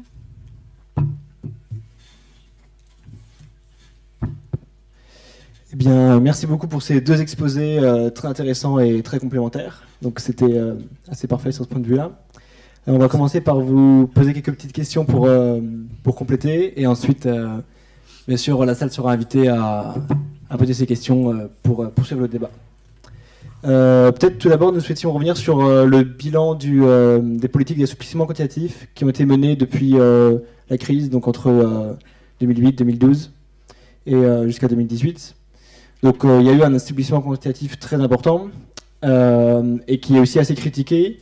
D'une part parce que certains critiquent le fait qu'il ait uniquement permis de rembourser les dettes et non pas d'investir de permettre aux entreprises d'investir dans l'économie réelle. Et d'autre part, parce qu'il a, à cause de ce manque de besoin d'investissement dans l'économie réelle, il a principalement alimenté la spéculation. Et donc, on peut lire souvent des différentes critiques de ces politiques. Donc, peut-être d'abord, nous voulons avoir votre avis sur ces critiques et sur le bilan jusqu'alors de l'assouplissement quantitatif qui a été mis en place. Comme tu veux. Moi, je viens de parler pendant une demi-heure, donc je peux y aller. Non, si tu préfères. Non, je peux y aller. D'accord, donc ça en dehors du contexte du financement de la transition énergétique. Oui. Ouais. Donc sur le, en fait, en Europe, donc là comme ce qu'a essayé de faire la Banque centrale européenne pour pallier ce problème, c'est de faire ce qui a été mentionné tout à l'heure, donc les LTRO et les targeted LTRO, donc c'est des prêts en fait conditionnés, donc targeted, donc ciblés. Donc ça veut dire que on prête aux banques, mais sous condition qu'elles utilisent cet argent pour financer des investissements, on va dire productifs. Donc par exemple, elles ne peuvent pas faire du prêt immobilier avec ce type de financement. Donc ça a été une des solutions qui a été envisagée pour éviter ce problème qui je pense est réel et tout le monde en est conscient, que vous soulignez, c'est-à-dire qu'on injecte de l'argent dans l'économie pour relancer l'économie, pour le dire simplement. Quand vous faites ça, c'est un problème classique en économie d'offre et de demande. C'est-à-dire que quand vous faites ça, la demande, en fait, donc les banques, par nature d'une banque, c'est ce qu'on appelle des intermédiaires sur le système financier. Donc elles perçoivent de l'épargne et donc elles sont censées le redistribuer. Et donc que fait une banque centrale? Elle est censée, elle refinance des banques quand on pense que pour certaines raisons, l'épargne qu'elle peut trouver n'est pas suffisante pour financer des investissements. Et donc là, c'est ce qui se passe. Donc à un moment, il y a la crise. Donc on dit l'inflation ou la croissance est trop faible par rapport à ce qu'on pense qu'elle pourrait être. Donc, et pourtant, les banques n'investissent pas assez. Donc la Banque centrale va essayer de les pousser à investir plus en leur donnant plus d'argent pour qu'elles investissent plus, parce qu'on pense que le problème vient qu'elles ne reçoivent pas assez d'épargne, de liquidité pour pouvoir investir. Donc là, et ensuite, on voit qu'effectivement, les sommes à injecter sont énormes et la croissance revient, mais on va dire de manière très modérée. Donc dans ces cas-là, et ce qui se passe, mais c'est qui est la même chose, c'est-à-dire que comment est-ce une banque centrale observe ça concrètement, c'est-à-dire qu'une partie de l'argent que les banques reçoivent, en fait, elles le redéposent à la Banque centrale. Donc du coup, les deux instruments qui ont été utilisés pour la Banque centrale pour essayer de résoudre ce problème, et qui est complètement réel, et que vous avez raison de souligner, et c'est donc de faire des taux négatifs, donc c'est-à-dire que les banques qui reçoivent cet argent, maintenant, si elles le redéposent à la Banque centrale, elles font face à un taux d'intérêt négatif sur leurs dépôts, c'est-à-dire qu'elles perdent de l'argent. Et l'autre point, je l'ai déjà mentionné, c'est ce qu'on appelle ce ciblage des prêts, donc avec des conditionnalités qui étaient plus ou moins formelles. Donc après, il y a un débat, est-ce qu'il faudrait aller plus loin et si on va plus loin, on revient à la question que mentionne Grégory, c'est-à-dire que la Banque centrale doit à un moment prendre parti sur le type d'investissement que les banques doivent faire, donc quel mandat est-ce qu'elles ont là-dessus, etc. Donc après, c'est quand on réalise que les banques centrales, que les banques, aujourd'hui, elles continuent à déposer à la Banque centrale même si elles ont un intérêt négatif. De même que ça, vous savez sans doute aussi, les acteurs financiers dans l'économie continuent à acheter les bons. Alors, tu mentionnais la BEI tout à l'heure qui est très faible, donc qui est comme zéro, mais il y a les bons allemands et même une partie des bons français, dans les titres de dette allemandes ou français, qui ont un retour négatif. Donc on est dans une situation aujourd'hui qui est extrêmement compliquée vraiment à comprendre pleinement. Je pense qu'il faut avouer la complexité de la situation, puisque qui est que les acteurs financiers préfèrent perdre de l'argent que de l'investir dans des types d'investissements, quoi. Donc après, la question, c'est quel est le rôle des banques centrales, des États là-dedans pour sortir de cette situation. Et là, on arrive en plein dans cette question du financement de la transition écologique aujourd'hui. C'est de dire, il y a tout cet argent, on est quand même dans une période complètement folle, quoi. C'est-à-dire que les banques ont cet argent, elles préfèrent avoir un retour négatif dessus, alors que par ailleurs, il y a un consensus qui est quand même proche d'être général, qu'il faut investir dans ces transitions écologiques. Et donc il faut créer. Donc c'est reconnu, c'est-à-dire que là il y a un problème de marché, on va dire, c'est-à-dire que on voit qu'il y a une demande qui n'est pas satisfaite, alors qu'il y a pourtant des mécanismes qui ont été mis en place qui permettraient de la satisfaire. Donc là on est typiquement dans un cas où je pense le cas économique classique où il est censé imaginer une intervention de l'État, parce qu'on voit bien que le marché n'arrive pas à fournir tous ces investissements dans l'écologie, alors que l'argent est pour l'instant disponible. Et donc là, je suis assez d'accord avec ce qui était dit tout à l'heure de la part de Grégory, et on peut revenir après, non, je vais laisser la parole, mais qu'il y avait besoin d'une politique publique, mais qui ne peut pas se limiter à la Banque centrale. Et on voit que quand elle se limite à la Banque centrale, en fait, on retrouve à ce problème de taux d'intérêt négatif.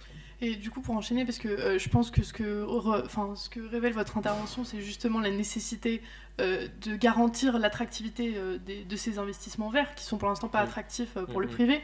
Et pour ce faire, je voulais revenir un peu sur ce qu'avait dit Monsieur Claes, sur le fait que de fait, le quantitative easing, et même un quantitative easing vert, serait une politique à court terme, mais du coup, ma question serait la suivante. Est-ce qu'on ne peut pas envisager justement que le quantitative easing, par exemple vert, soit une forme d'impulsion de politique publique pour assurer l'attractivité de ces investissements, et après que, en disant que si on a ces investissements-là de la part des acteurs publics, on peut imaginer que le privé prendra plus facilement le relais parce qu'il sera rassuré de cette intervention des pouvoirs publics. Parce que l'idée du quantitative easing est de fait d'être une politique de court terme et d'avoir un relais du privé à un moment.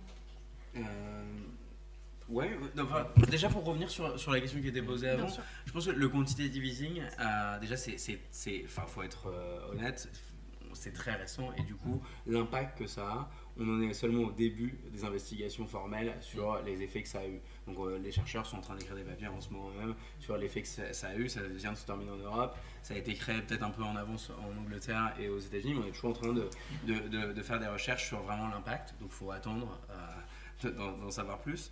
Même si selon moi, en fait, les résultats qu'on a pour l'instant montrent quand même que ça a eu un impact. Parce que ça passe par d'autres canaux, justement. Ça passe par le canal des prêts bancaires. Mais c'est vrai que s'il n'y a pas de demande pour ces prêts bancaires, dans ces cas-là, ça ne marche pas. Et c'est pour ça que le quantitative easing, ça passe aussi vers d'autres canaux. Et l'idée du quantitative easing, c'est justement d'acheter, par exemple, des obligations d'État, à des investisseurs qui ont des obligations d'État. On leur donne de l'argent, eux ils ont plus d'obligations d'État, c'est la Banque centrale qui les a, et avec cet argent il faut bien qu'ils en fassent quelque chose. Et si moi j'achète toutes les obligations d'État, eh ben, ils vont être obligés d'investir dans d'autres types d'investissements, et pourquoi pas dans des investissements verts. Donc c'est les pousser à prendre des risques, à investir dans d'autres secteurs que juste de garder des obligations du gouvernement allemand, du gouvernement français qui rapportent rien. Donc ça c'est un autre canal de transmission important du quantitative easing qui justement permet de dépasser juste le simple fait de faire des prêts aux banques. Et pour revenir à votre question sur est-ce que ça donne pas une impulsion, si, je pense que c'est aussi un moyen. C'est pour ça que je suis en faveur justement pas d'un green quantitative easing, mais en tout cas que les opérations de politique monétaire en général, elles soient plus, on va dire, elles soient moins biaisées vers les actifs marrons, comme on les appelle en anglais, je ne sais pas si on dit ça en français, mais plus vers les actifs verts. Et parce qu'on sait que ça a un impact. Par exemple, il y a quelques années, les banques centrales, la Banque centrale européenne notamment, elle a acheté ce qu'on appelle des ABS, des Asset-Backed Securities. Je ne vais pas vous expliquer ce que c'est assez complexe, mais c'est un actif qui se vendait plus pendant la crise parce qu'il avait été utilisé notamment dans la crise des subprimes, etc. Donc elle voulait relancer ça parce qu'elle pensait qu'en Europe, on pouvait le faire d'une bonne façon. Et elle s'est mise à acheter des ABS et ça a un peu ravivé cet actif-là. Donc ça pourrait être la même chose. C'est vrai que si elle achetait des actifs verts, eh ben, ça donnerait une impulsion, ça donnerait de la liquidité dans ce marché et peut-être qu'il y a plus d'entreprises et d'investisseurs qui produiraient ces actifs verts. Mais en fait, pour moi, ceux qui sont vraiment les acteurs majeurs, justement, c'est la BEI, puisque la BEI, elle, c'est une des premières institutions au monde qui a émise en quantité importante des actifs verts. Donc elle, pour le coup, quand elle fait ça, eh ben, elle crée un marché et ça donne le ton sur le marché. Donc ouais, les banques centrales elles peuvent aider à lancer ou à relancer l'attractivité d'un actif. notamment aussi parce que justement elles peuvent jouer sur le collatéral, enfin comment on dit le haircut, la décote sur le collatéral. Mais elles ont besoin aussi d'avoir des partenaires, quoi. Elles ont besoin d'avoir des gens qui émettent ces actifs-là. Et vous parliez aussi justement de la prise en compte des externalités positives des investissements qu'on pourrait nommer verts et au contraire des externalités négatives. La question se pose, c'est justement où en est-on sur cette prise en compte des externalités positives, et notamment est-ce que par exemple les critères de responsabilité sociale et environnementale, le ESG, sont une bonne piste pour prendre en compte ces externalités positives et négatives, et est-ce qu'on peut s'attendre à ce que les investisseurs, s'ils choisissent de prendre conscience de ces externalités positives à long terme des investissements verts, utilisent ces critères-là, ou est-ce qu'il faut repenser des critères parce que ceux-là sont non adéquats? Là-dessus, sur les critères, je pense que peut-être revenir, je vais répondre à votre question, mais c'est juste le détour sur... parce que je pense que ce qu'a dit Grégory, en fait, en suggérant les 3 pistes, il a bien clarifié les 3 pistes possibles d'intervention. Donc le premier étant le quantitative easing, le deuxième, on va dire, c'est plutôt un mélange en fait de politique de collatéral, voire dans une version extrême de subvention de prêt. Et le troisième point, c'est la régulation. En fait. C'est dire en fait, voilà, un actif, cet actif-là est plus ou moins risqué, et en fait pondérer le risque, ce qui est très important aujourd'hui parce que toute la régulation fonctionne en fonction de ce que les régulateurs perçoivent être comme le risque d'un actif. Donc, et vu que les banques sont obligées par la régulation de détenir des actifs non risqués, si d'un coup le régulateur décide qu'un type d'actif, donc on va dire, je sais pas, on va parler justement des actifs sur liés à des financements de rénovation de bâtiments. Donc aujourd'hui, on peut imaginer qu'en fait ces actifs-là soient classés risqués parce qu'ils sont en fait le rendement est en fait assez peu connu. C'est-à-dire, le bâtiment est un bon exemple, je trouve, des questions d'externalité positive et négative dont on parlait tout à l'heure, parce que c'est assez simple à voir, je trouve, dans ce domaine-là. C'est-à-dire qu'on peut très bien imaginer, vous voyez que le type d'investissements qui sont nécessaires aujourd'hui pour les bâtiments, c'est de l'isolation. Et qu'en gros, sur 20 ans, si aujourd'hui vous isolez mieux votre logement, sur 20 ans, votre consommation d'électricité, elle va baisser sur le total par rapport à ce que vous payez aujourd'hui, parce que ça sera mieux isolé. Mais il y a quand même un petit risque, parce qu'on ne sait pas exactement sûr, est-ce que ce matériau il va tenir 20 ans ou exactement comme ça. Et puis surtout, c'est que l'incitation à le faire à très court terme, elle est nulle, quoi. C'est-à-dire que sur la première année, la deuxième année, vous n'allez pas vraiment percevoir beaucoup. Donc c'est là où il y a besoin en fait d'une incitation qui n'est pas forcément portée par le marché pour avoir ça. Donc, et là, la question du risque dépend en fait de facteurs technologiques qui ne sont pas toujours extrêmement bien maîtrisés, quoi. Donc si on passe s'il y a une meilleure classification des risques qui est compatible avec la régulation, ça peut avoir beaucoup d'impact. Donc on a ces 3 critères qui sont soit le quantitative easing, une politique collatérale subvention ou la régulation. Donc actuellement, je pense qu'il y a un petit peu un consensus sur ce que disait Grégory, que le grand problème du quantitative easing, c'est que si jamais l'inflation revient, ça veut dire concrètement que la Banque centrale est obligée de revendre tous ces actifs. Et ça, c'est vraiment ce qu'on ne veut pas pour une politique de long terme. Deuxièmement, il y a quand même ce problème qui est... Là, pour être très honnête, on n'est pas sûr justement de la substituabilité ou pas. C'est-à-dire que là, si la Banque Centrale Européenne décide d'acheter tous les green bonds en Europe, qu'est-ce que ça va faire? C'est-à-dire que peut-être que pour les ABS, ça va peut-être un peu relancer le marché. Mais bon, les ABS, on parlait vraiment d'un actif dont plus personne ne voulait parce que c'était considéré... Alors qu'aujourd'hui, les green bonds, c'est plutôt... les gens en veulent, mais en veulent bien, mais en fait, ils se développent assez peu, quoi. Donc là, finalement, on se dit, si la Banque Centrale commence à tous les acheter, ça arrive de tuer le marché. Donc sur le troisième point, la régulation, là il y a un consensus qu'il faut le faire. Et d'ailleurs il y a eu un document qui a été publié il y a un mois, il y a même moins d'un mois, qui est le report, donc le rapport pour verdir le système financier qui a été fait par toutes les banques centrales, la plupart des banques centrales européennes, donc qui va vers cette voie. Donc je dirais que les questions aujourd'hui sont sur la voie du milieu. Donc avec, est-ce que la voie minimaliste, c'est de dire on prend du collatéral, c'est-à-dire que la Banque centrale, par exemple, dit tout ce que la BEI émet en green bonds, on l'accepte, à partir du moment où la BEI met son tampon dessus, on achète tout. Et ça, c'est déjà un signal qui est lancé de manière très importante au marché. Et après, il y a la voie plus maximaliste, qui est la voie chinoise. C'est vraiment ce que font les Chinois aujourd'hui depuis 2016. Ils ont fait un grand plan de financement de l'écologie. Mais ce qui est important à voir, et c'est pour ça que je suis assez d'accord sur ce qu'il dit sur le rôle de la BEI, c'est sur ce qui se fait en Chine. C'est-à-dire que ce rapport-là, il était signé par 6 ou 7 institutions chinoises. C'est-à-dire que la Banque centrale, elle était une d'entre elles, mais ce genre de politique ne peut exister que s'il y a une coordination très forte entre les différentes institutions.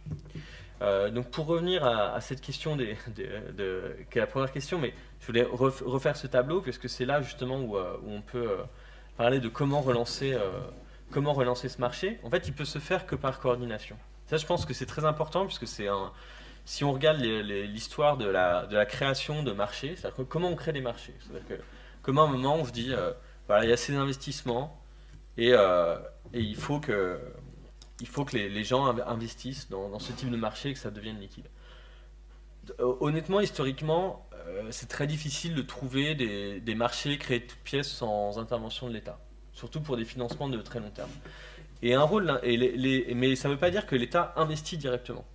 Mais l'État peut prendre des garanties, c'est-à-dire garantir des types d'actifs en disant, bah voilà, vous voyez, l'État se porte garant, donc en fait ça va être moins risqué, c'est le premier point.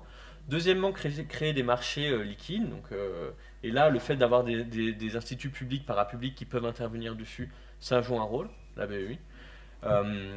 Et donc la banque centrale, le fait qu'elle va accepter ou pas son collatéral. Mais je pense que ce qui est vraiment important là-dessus, c'est en fait et pourquoi les green bonds se développent assez peu en Europe aujourd'hui par rapport à la Chine, justement, c'est parce qu'il manque, on a une politique cohérente avec un engagement très fort de l'État qui permette aux investisseurs de penser que, en gros, la définition des green bonds, ça sera la même aujourd'hui que dans 20 ans, et qu'il n'y aura jamais de problème de liquidité sur ces marchés. Et aujourd'hui, la BEI commence à le faire, mais un peu seule et avec des volumes relativement minimes. Et c'est là où je pense que quand même ce qui est fait en Chine est assez important, même si évidemment on ne peut jamais prendre un système et l'apporter, de même qu'on ne peut pas faire ça avec le système américain, enfin on ne peut jamais faire ça pour un système tel quel, mais donc on ne va pas le faire aujourd'hui avec la Chine comme on ne le ferait pas avec d'autres pays. Mais ce qu'ils ont véritablement réussi à faire, c'est-à-dire à donner une cohérence qui donne un gage de stabilité très très forte à ces politiques. Et ça, c'est clair que pour l'instant, ça manque en Europe. Le problème des green bonds étant aussi qu'il n'y a pas de critères définis, enfin les investisseurs n'émettent pas des engagements définis. Du coup, est-ce que l'extension de ce marché des green bonds implique aussi de sanctionner et de mettre des clauses punitives à ces obligations si les investisseurs ne tiennent pas leurs engagements verts? Parce que un des grands problèmes qui est relevé aujourd'hui, c'est que de fait, la plupart des green bonds ne se distinguent pas pour l'instant des obligations traditionnelles et qu'il n'y a pas d'engagement écrit. Non, mais finalement, ça revient à ce que disait Eric, ça revient à la réglementation et à la régulation. En fait, c'est qu'il faut vraiment définir de façon stricte, comme tu dis, qu'est-ce qu'un green bond. Et ça passe par la réglementation, quoi. Donc il faut qu'on définisse au niveau européen, il faut qu'on ait un projet de définition claire de ce que c'est qu'un green bond. Je ne sais pas s'il y a déjà des réglementations sur le sujet au niveau européen, ou si pour l'instant c'est encore un peu flou. Non, c'est encore assez flou, et justement c'est aussi un des rôles du rapport là, qui vient d'être publié il y a un mois, c'est d'améliorer cette régulation.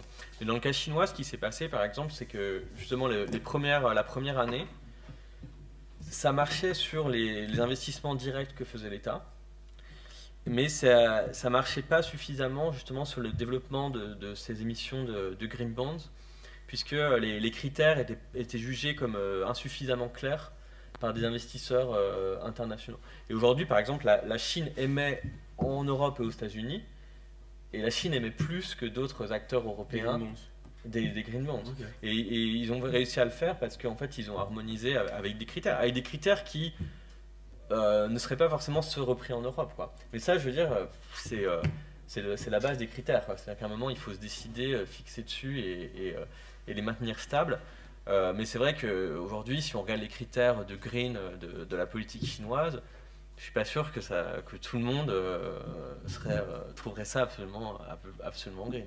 Mais ça, c'est un autre débat. Mais l'important, c'est l'engagement sur ce qui peut se créer. Alors, peut-être une petite question sur les ordres de grandeur, puisque, donc, pour récapituler ce qu'on a dit jusque-là, on est donc face à un paradoxe que vous avez bien décrit, à savoir qu'on a à la fois besoin d'énormément d'investissements dans l'économie réelle pour la transition, que de l'argent est disponible dans les banques, mais que actuellement l'investissement ne décolle pas dans ces domaines.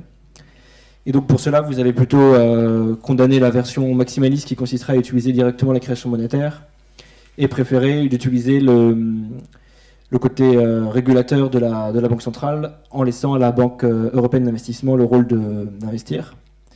Peut-être juste nous récapituler rapidement, parce que je ne sais pas à quel point c'est clair pour tout le monde, quelles sont les prérogatives actuelles de la Banque européenne d'investissement. Vous aviez dit et des exemples de projets peut-être qu'elle finance. Vous avez dit qu'actuellement elle se finançait à taux extrêmement bas et que donc elle n'avait pas besoin de création monétaire. Et ma question était par rapport à ce qu'on peut lire par exemple dans les propositions du pacte finance-climat qui parle de 1000 milliards d'euros pour le climat par an en Europe. Est-ce que la structure actuelle de la Banque européenne d'investissement et de ses modes de financement actuels permettrait d'atteindre de telles sommes et permettrait d'atteindre les ordres de grandeur qui semblent nécessaires pour la transition? Enfin, je ne suis pas un spécialiste de la Banque européenne d'investissement. Je sais que c'est plus souple en tout cas que la BCE, puisque dans les traités, en fait, la mission de la Banque européenne d'investissement et les grandes initiatives de la Banque européenne d'investissement, elles peuvent être facilement changées juste par en gros le Conseil des ministres des Finances. Après, est-ce que dans sa structure actuelle, la BEI est capable de mettre en place quelque chose de l'ordre de 1000 milliards d'euros par an? Ça m'étonnerait. Le chiffre en tête que j'ai, c'est 25, 40, 80. Enfin, elle doit pour l'instant faire 80 milliards d'euros par an de nouveaux prêts, si je me souviens bien. Donc on est loin des 1000 milliards. Mais après, c'est aussi parce qu'elle a une gestion de son bilan qui est très très averse au risque. C'est-à-dire que la Banque européenne d'investissement, pour l'instant, elle a un triple A, donc c'est grâce à ça qu'elle bénéficie de ces taux d'intérêt. C'est-à-dire qu'en fait, elle est mieux notée que la France. Donc les marchés financiers considèrent que c'est moins dangereux de prêter à la Banque européenne d'investissement que de prêter au gouvernement français. Ce qui lui permet de bénéficier de ces taux très très faibles. Mais en revanche, ça veut aussi dire qu'elle est prête à prendre moins de risques pour le moment. Donc peut-être que justement son directoire, donc le Conseil des ministres des Finances, pourrait lui dire quitte à perdre peut-être ce triple A et à avoir des taux un peu plus élevés, mais pas beaucoup plus élevés, peut-être prendre plus de risques, aller dans des secteurs plus verts. Et la situation à laquelle on pourrait penser, c'est aussi, si on veut maintenir ce triple A et augmenter sa puissance de frappe, ça serait d'augmenter son capital. C'est-à-dire qu'en fait, finalement, qu'est-ce que c'est que la Banque européenne d'investissement? C'est juste une sorte c'est un fonds dans lequel tous les pays européens ont mis de l'argent, et après ça fonctionne donc ils ont mis le capital, et après à partir de ce capital, elle a un certain effet de levier, elle s'endette, et après elle prête. Enfin, non, elle s'endette sur le marché et après elle prête pour certains projets. Donc si elle a plus de capital, même avec le même effet, soit elle pourrait augmenter son effet de levier, soit elle peut augmenter le capital et augmenter l'effet de levier et prêter plus pour des investissements verts. Donc ça pourrait être une possibilité. Et on peut envisager les deux. On peut augmenter une augmentation de capital, par exemple. Il y en a une qui a eu lieu en 2012, si je me souviens bien, pendant la crise, parce que justement, on voulait utiliser la Banque européenne d'investissement pour une autre fonction, qui était d'avoir une fonction plus contracyclique. C'est-à-dire qu'à un moment où les banques, elles voulaient plus prêter pour les investissements dans les pays du sud de l'Europe, en Italie, en Espagne, au Portugal, en Grèce, etc. Et vraiment, il n'y avait plus de prêts qui se faisaient dans ces pays-là. Et ben, on a demandé à la Banque européenne d'investissement d'investir plus dans ces pays-là, et pour lui permettre de faire ça, on a augmenté son capital. Donc on pourrait très bien faire ça avec un autre objectif aujourd'hui qui serait la lutte contre le réchauffement climatique. On pourrait lui dire maintenant, 1, on te donne plus d'argent, plus de capital, donc tu pourras investir plus, et 2, on te demande de prendre plus de risques, et donc tu vas augmenter ton effet de levier et vraiment prêter plus dans cet objectif-là. Très rapidement, parce que je pense qu'il faut passer aux questions, mais tout d'abord un point, on n'a pas dit qu'il fallait pas utiliser la création monétaire. Je pense qu'on était d'accord sur le quantitative easing, mais les politiques mentionnées de collatéral, vous pouvez aussi voir ça, c'est de la création monétaire, c'est des prêts différemment. Parce que je pense qu'on est plus sur un côté donc, de taille, parce qu'effectivement le quantitative easing c'est ce qui peut s'étendre le plus, et puis de quel instrument utiliser. Mais dans ce qu'on disait, je veux dire, à partir du moment où on parle d'accepter d'avoir une vision assez large dans l'acceptation des green bonds comme garantie par la Banque centrale, on est dans un mécanisme de création monétaire pour favoriser à court terme la liquidité d'un marché. Et deuxième point, je pense qu'effectivement, c'est pour arriver si les objectifs qui sont mis en avant veulent être réalisés, il faut du capital, c'est tout. Et c'est ça ce que l'État peut fournir. Enfin, l'intervention de l'État, là on parle plus des banques centrales, mais elle a trois manières de faire. Soit elle fait des financements directs, donc qui sont financés soit par l'impôt, soit par la dette, soit elle fait des garanties, ce qui a été et là je pense qu'il y a encore aussi beaucoup de leviers à faire, à imaginer sur ce que l'État peut garantir. Enfin, je rappelle toujours en France, tous les chemins de fer ont été créés par des garanties de l'État, et c'était la norme dans tous les pays. C'est-à-dire que quand il fallait financer les chemins de fer, ce qui a été du XIXe siècle les plus grands investissements, l'État garantissait, alors en imposant des restrictions. C'est-à-dire qu'on disait aux compagnies de chemin de fer qui étaient privées, à l'époque, c'était avant la SNCF, on vous garantit, mais par contre, il faut des limitations sur les dividendes qui peuvent être, que vous pouvez reverser aux actionnaires, par exemple. Ça, c'est les garanties. Et le troisième point, c'est effectivement mettre du capital dans des instituts, des instituts publics de crédit comme la BEI ou des choses comme ça. Donc ça, techniquement, c'est pas si compliqué. Je pense que derrière, il faut juste une vision politique et voilà. Peut-être simplement une dernière question avant de passer au débat avec le public. C'était pour revenir un peu sur, encore une fois, la pondération des risques avec les actifs dans les investissements verts et non verts. Et je voulais vous poser la question de savoir si vous êtes favorable à l'idée des stress tests et en conscience des risques qu'ils impliquent. On sait que le Financial Stability Board, a Task Force on Climate-Related Financial Disclosures, a développé récemment des stress tests spécifiques aux risques climatiques par rapport aux entreprises. Et aussi, on a une intervention récente du gouverneur de la Banque d'Angleterre, Mark Carney, qui se prononçait favorable aux Climate Risk Disclosures, qui prendrait donc en compte, mettrait en avant à la fois les risques climatiques, les risques de responsabilité engendrés par les demandes d'indemnisation des victimes et les risques carbone provenant justement de la dévalorisation des actifs liés à des énergies fossiles. Donc est-ce que vous êtes favorable à ces disclosures ? Oui. Enfin, c'est un peu ce que j'expliquais. C'est des détails de ce que je disais, de ce qu'on disait quand on parlait de réglementation, ou ce que je disais quand on parlait du rôle du superviseur qui doit forcer le marché à prendre en compte justement ces externalités positives et négatives. Donc ça, c'est un moyen de le faire, c'est la transparence, la divulgation d'informations, c'est les détails. On ne va pas rentrer dans les détails parce que c'est relou, mais ça fait partie des façons de faire, de vraiment de transformer le marché en fait. Et la prise en compte des risques des stress tests avec les crises, est-ce qu'il doit y avoir un accompagnement des pouvoirs publics pour être sûr que certaines entreprises fassent faillite si on disclose trop d'informations, parce que c'est le risque de cette transparence-là. Oui, justement, c'est là où la coordination... Après, vous avez pensé que je fais l'éloge de la Chine considérée de mes Chinois, mais il y a un avantage de ce qui a été fait en Chine. Je trouve qu'il y a au moins une cohérence qui est de façade. Si ça se trouve, je ne suis pas assez spécialiste pour savoir qu'est-ce qu'il y a réellement derrière. Mais là encore, je pense que ce qui est important vis-à-vis des investisseurs et pour que ces marchés se développent, c'est qu'il y ait une politique qui apparaisse comme cohérente et stable, une politique de l'État qui apparaisse comme cohérente et stable. Et donc, sur ces risques, c'est pareil. C'est-à-dire que si c'est juste pour dire ces actifs sont risqués, bon, c'est un petit peu, ça risque d'être un peu insuffisant, quoi. Mais si c'est pour dire, voilà, on est dans des secteurs, là il y a des actifs risqués, donc dans ces secteurs-là, en fait, l'État va faire une politique, éventuellement je reviens sur les questions de garantie, ou alors on va créer ou mettre en avant des institutions qui existent déjà, qui peuvent faire des prêts en cas de catastrophe, par exemple. Et je pense que c'est effectivement c'est absolument majeur, quoi, sur l'assurance et la réassurance. Donc, qui, in fine, portera le risque?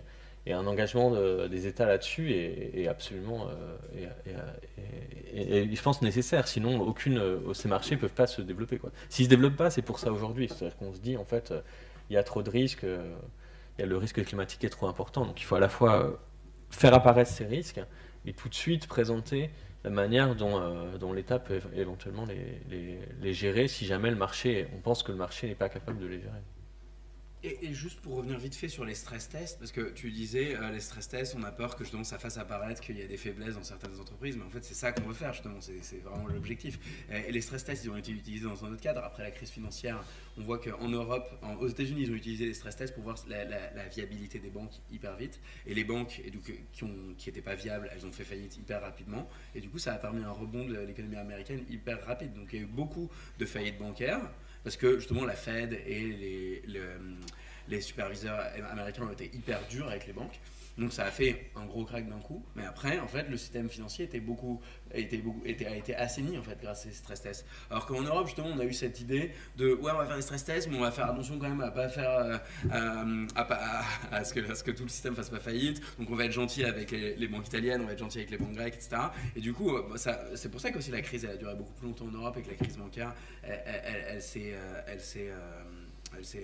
allongée en Europe. C'est qu'on a mis du temps avant d'obliger, et on est toujours en train de le faire en fait. On est toujours en train d'obliger. La semaine dernière, il y avait encore, je sais plus, Carige, une banque italienne, qui était obligée de prendre des pertes sur des prêts qu'elle avait fait il y a 10 ans, parce que justement les stress tests, ils n'ont pas été assez durs en Europe. Donc je pense que justement quand on veut assainir le système financier, il faut faire des stress tests très très durs. Et c'est pareil, si on veut vraiment que les entreprises qui au final seraient vraiment affectées par la transition écologique, et si on veut que ça soit pris en compte aujourd'hui par les investisseurs et qu'ils se détournent de ça, il faut faire des stress tests hyper durs. Donc je suis totalement en faveur de stress tests hyper durs, même si Total ne sera pas content, quoi. Merci beaucoup. On va peut-être passer aux questions.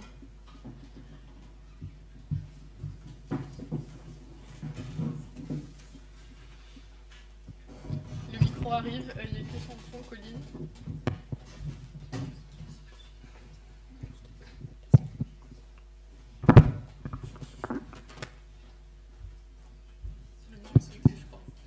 Non, ça marche.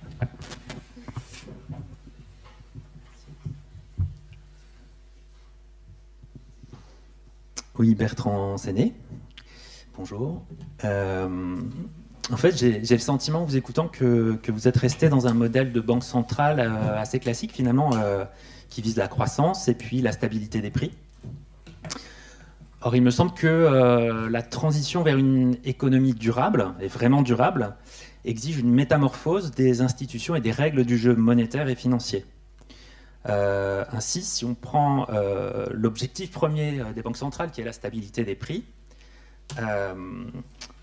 eh bien, en fait, on se rend compte qu'en fait, il y a urgence à financer massivement la transition, puisque en cas de pénurie de pétrole, il y aura une forte inflation, puisqu'il y aura des pénuries en fait, dans tous les secteurs. Donc c'est même la cause première d'inflation dans le monde entier, la pénurie, la cause la plus forte. Deuxième chose, c'est que vous avez parlé des taux d'intérêt comme étant effectivement l'instrument actuel des banques. Or, il me semble que les taux d'intérêt contraignent à faire de la croissance. On ne peut pas, en fait, à partir du moment où il y a des taux d'intérêt, on est obligé de faire de la croissance. Or, on sait qu'il ne peut pas y avoir de croissance infinie. Donc, il me semble que c'est un outil en fait, qui est finalement inadapté pour l'avenir et qui sera supprimé. Et je ne vois pas d'autre solution qu'à terme de créer un service public bancaire, ce qui permettrait effectivement de ne pas être obligé d'avoir des taux d'intérêt pour financer les banques. C'est une suggestion. Alors, une chose qui m'a beaucoup frappé, en fait, c'est la question de la rentabilité. pourquoi les banques ne financent pas certaines choses. Et finalement, on est là un petit peu, comment dire, impuissant. C'est-à-dire qu'on se dit, bah oui, ils y arrivent, on n'arrive pas à les financer, bah, et on ne sait pas quoi faire. Alors ça, c'est un truc incroyable parce que c'est comme si on s'interdisait en fait de financer certaines choses parce qu'elles ne sont pas rentables. Or, on a absolument besoin qu'elles soient financées. Donc, de deux choses l'une. Soit on change les règles comptables et on accepte, par exemple, qu'il puisse y avoir des pertes, qu'il puisse y avoir des défauts, des faillites, etc. Pourquoi pas ? Ça peut avoir du sens. Ou alors, on change le mode de financement de l'État pour être en mesure de financer tout ce qui n'est pas rentable. Aujourd'hui, l'État est trop contraint par sa dette. Il faut absolument qu'on fasse autrement. Et je pense notamment, vous en avez parlé, à l'isolation thermique des bâtiments. Il y a une grande partie qui n'est pas financée aujourd'hui et qui pourrait l'être si l'État avait les moyens d'investir massivement là-dedans. Et une autre chose, qui est peut-être la plus importante d'un point de vue émission de CO2, c'est le problème des transports. C'est-à-dire que si l'État avait les moyens d'investir dans des réseaux de transport publics qui soient accessibles gratuitement, l'usage de la voiture serait beaucoup, beaucoup plus faible. Et on pourrait même aller plus loin. On pourrait très bien imaginer que les trains soient accessibles à un prix très bas, ce qui implique qu'il y ait des subventions de l'État vers la SNCF. Si l'État avait les moyens de le faire, ça aurait pour conséquence, éventuellement, que les gens utiliseraient beaucoup moins la voiture pour faire les longues distances et ils utiliseraient beaucoup plus le train, ce qui serait beaucoup plus écologique. Pour finir, oui, évidemment, l'inflation doit être maîtrisée, mais dans le même temps, tous les projets verts, utiles, indispensables même, devraient pouvoir être financés, qu'ils soient rentables ou pas. Et par conséquent, l'idée que moi j'ai proposée dans mon livre qui s'appelle Ecosophia, qui est un roman d'anticipation économique, c'est que en fait, l'État devrait pouvoir créer et détruire, justement pour maîtriser l'inflation, ce qui aujourd'hui n'existe pas, hein, le concept n'existe pas, de pouvoir détruire volontairement de la monnaie. Et ça pourrait être aussi, ça pourrait accompagner des formes de décroissance, donc que l'État puisse créer et détruire de la monnaie à volonté en fonction des besoins. Qu'en pensez-vous ? On prend plusieurs questions ou on répond direct ? On peut. Ça a été assez conséquent. On répond. Tu veux Vas-y. Oui, non, première chose qui est importante, c'est vraiment, je sais pas si peut-être qu'on s'est mal, enfin, en tout cas, je me suis mal fait comprendre. Je sais pas, tu me diras, Grégory, mais en tout cas pour moi, non, au contraire. Enfin, tout ce que vous avez dit sur la fin, typiquement sur l'isolation thermique des bâtiments, sur le transport, c'est exactement, je pense, sur ces politiques qui sont absolument nécessaires aujourd'hui et sur lesquelles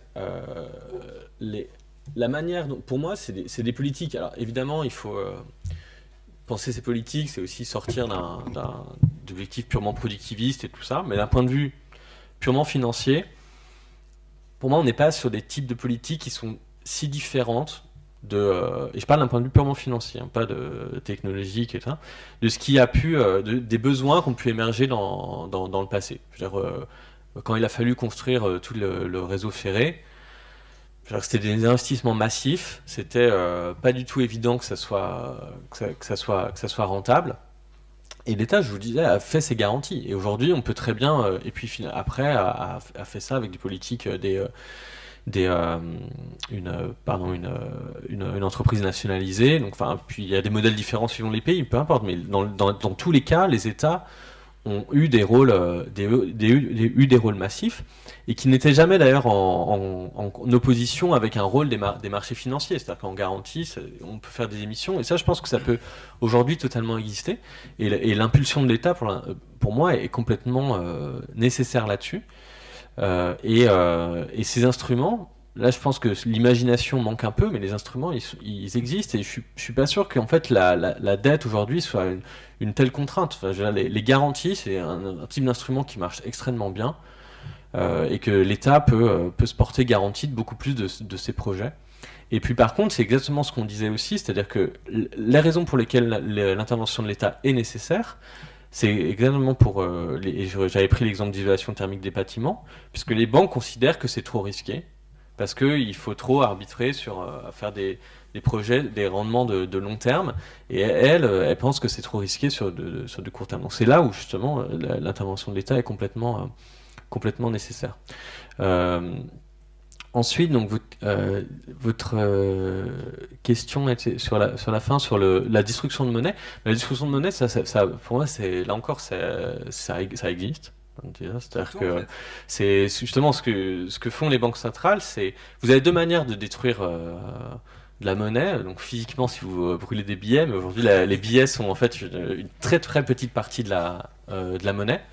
Donc en fait, la manière dont une banque centrale détruit de la monnaie, c'est en vendant ses actifs. Et c'est pour ça que justement notre critique de quantitative easing, c'est-à-dire que est-ce que la destruction de la monnaie, on a envie de la faire porter sur ces actifs prioritaires en gros. Et c'est pour ça qu'en fait, si on veut garder cette possibilité de création et de destruction de la monnaie, qui est le mode de gestion normal des banques centrales, il faut peut-être le faire sur différents types d'actifs, au moins pour pouvoir pas détruire ceux qu'on ne voudrait pas détruire au moment où il y a de l'inflation. Et je rebondis sur un dernier point qui, je pense, là, est effectivement quelque chose dont on n'en a pas assez parlé. C'est l'impact que peut avoir des chocs liés à des catastrophes, soit des catastrophes écologiques ou des problèmes d'évolution des modes de production, donc typiquement ce dont vous parlez sur le pétrole, sur les prix et donc indirectement sur les banques centrales. Et ça, c'est vrai que c'est quelque chose qui pour l'instant est assez mal vu parce que alors concrètement, on peut voir en fait des effets relativement contraires. C'est-à-dire que sur le pétrole, on peut voir un effet des prix assez élevés. Et par ailleurs, mais aujourd'hui, on est plutôt sur une tendance à limiter sur la hausse des prix. Donc il faut voir ça, mais je pense que c'est très important aussi sur les questions de transition des modèles agricoles. C'est-à-dire que effectivement sur on sait qu'une agriculture qui serait plus soutenable aussi emmènerait des prix des produits qui seraient plus chers. Et donc comment intégrer ça dans les objectifs de la Banque centrale. Donc là, on va dire, ça peut là encore se faire que par je pense, une coordination assez importante, parce qu'on est sur du long terme.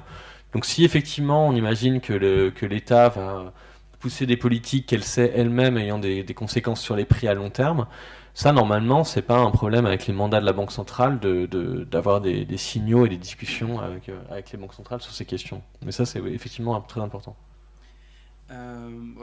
C'est pas très rigolo ce débat, je suis d'accord avec Eric. Et du coup, je vais être assez bref, mais juste pour répondre à votre question, déjà sur la destruction, création de monnaie, toutes les semaines, en fait, il y a de la monnaie qui est détruite et qui est créée. En fait, à chaque fois qu'une banque centrale, elle prête à une banque commerciale, elle crée de la monnaie. Et quand la banque commerciale lui rembourse la semaine d'après, et ben la monnaie, elle est détruite si elle n'accorde pas un nouveau prêt. Si, ça marche comme ça. C'est pas la monnaie que nous on utilise. Ouais, mais c'est pas grave parce qu'en fait c'est cette monnaie-là qui importe. En fait, déjà ça dépend ce que vous utilisez, mais moi j'utilise plus beaucoup de cash, j'utilise mon téléphone, j'utilise des cartes de crédit. Donc en fait la monnaie que j'utilise c'est la monnaie scripturale. Et c'est cette monnaie-là que la Banque centrale elle crée, elle détruit toutes les... La Banque centrale elle crée ou elle détruit, elle ne nous concerne pas directement. Elle ne va pas détruire de la monnaie qui est en circulation entre nous. On est d'accord ? Si. Enfin, non, elle détruit, elle crée les réserves des banques commerciales à la Banque centrale. Mais en fait, ces réserves, elles sont censées avoir une influence sur le comportement des banques commerciales. Donc en fait, dans ces cas-là, c'est les banques commerciales qui créent et qui détruisent de la monnaie à chaque fois en fait qu'elles accordent des prêts. Donc oui, mais ça existe déjà. Et juste pour revenir en fait sur les financements de projets qui sont non rentables, ou qui sont en tout cas considérés comme non rentables, je suis parfaitement d'accord. En fait, si on juge que ces financements sont souhaitables socialement, dans ces cas-là, il y a deux solutions. Soit, si c'est lié à une myopie des investisseurs, eh ben, on peut avoir le gouvernement qui va encourager des financements privés avec des garanties ou toute autre sorte de mécanisme. Si après, c'est vraiment pas rentable, alors là, mais qu'on les considère nécessaires et socialement souhaitables, et ben dans ces cas-là, ça peut être financé par l'État. Mais en fait, je comprends pas pourquoi on remet toujours la Banque centrale au cœur de ça. Là, c'est pas forcément la Banque centrale, on lui a donné un rôle, c'est la stabilité des prix. Il y a l'État, il peut quand même jouer encore un rôle. Il n'y a pas que la Banque centrale. En France, dès qu'on ne sait pas qui doit faire quelque chose, on dit ah bah la Banque centrale elle a qu'à le faire. Alors qu'en fait, l'État peut jouer ce rôle. Donc pour moi, c'est à l'État de jouer ce rôle. Et je suis d'accord avec vous. Oui, c'est vrai que l'État actuellement, il subit des contraintes, et notamment les contraintes du pacte de stabilité et de croissance. Et bon, ça c'est un autre sujet sur lequel je travaille, mais c'est vrai que je suis pour une réforme du pacte de stabilité et de croissance. On peut parfaitement l'améliorer, et ça pourrait relâcher les contraintes, notamment vis-à-vis de l'investissement public, etc. Donc, quand il y a un problème et qu'on ne sait pas comment le résoudre, ne pas toujours le donner à la Banque centrale, même surtout ne pas le donner à la Banque centrale qui a un rôle vraiment particulier, qui en plus est indépendant, donc ça serait dangereux de lui donner ce rôle-là. Pour moi, se tourner d'abord vers l'État si on a besoin de ces investissements. Merci. Y a-t-il d'autres questions?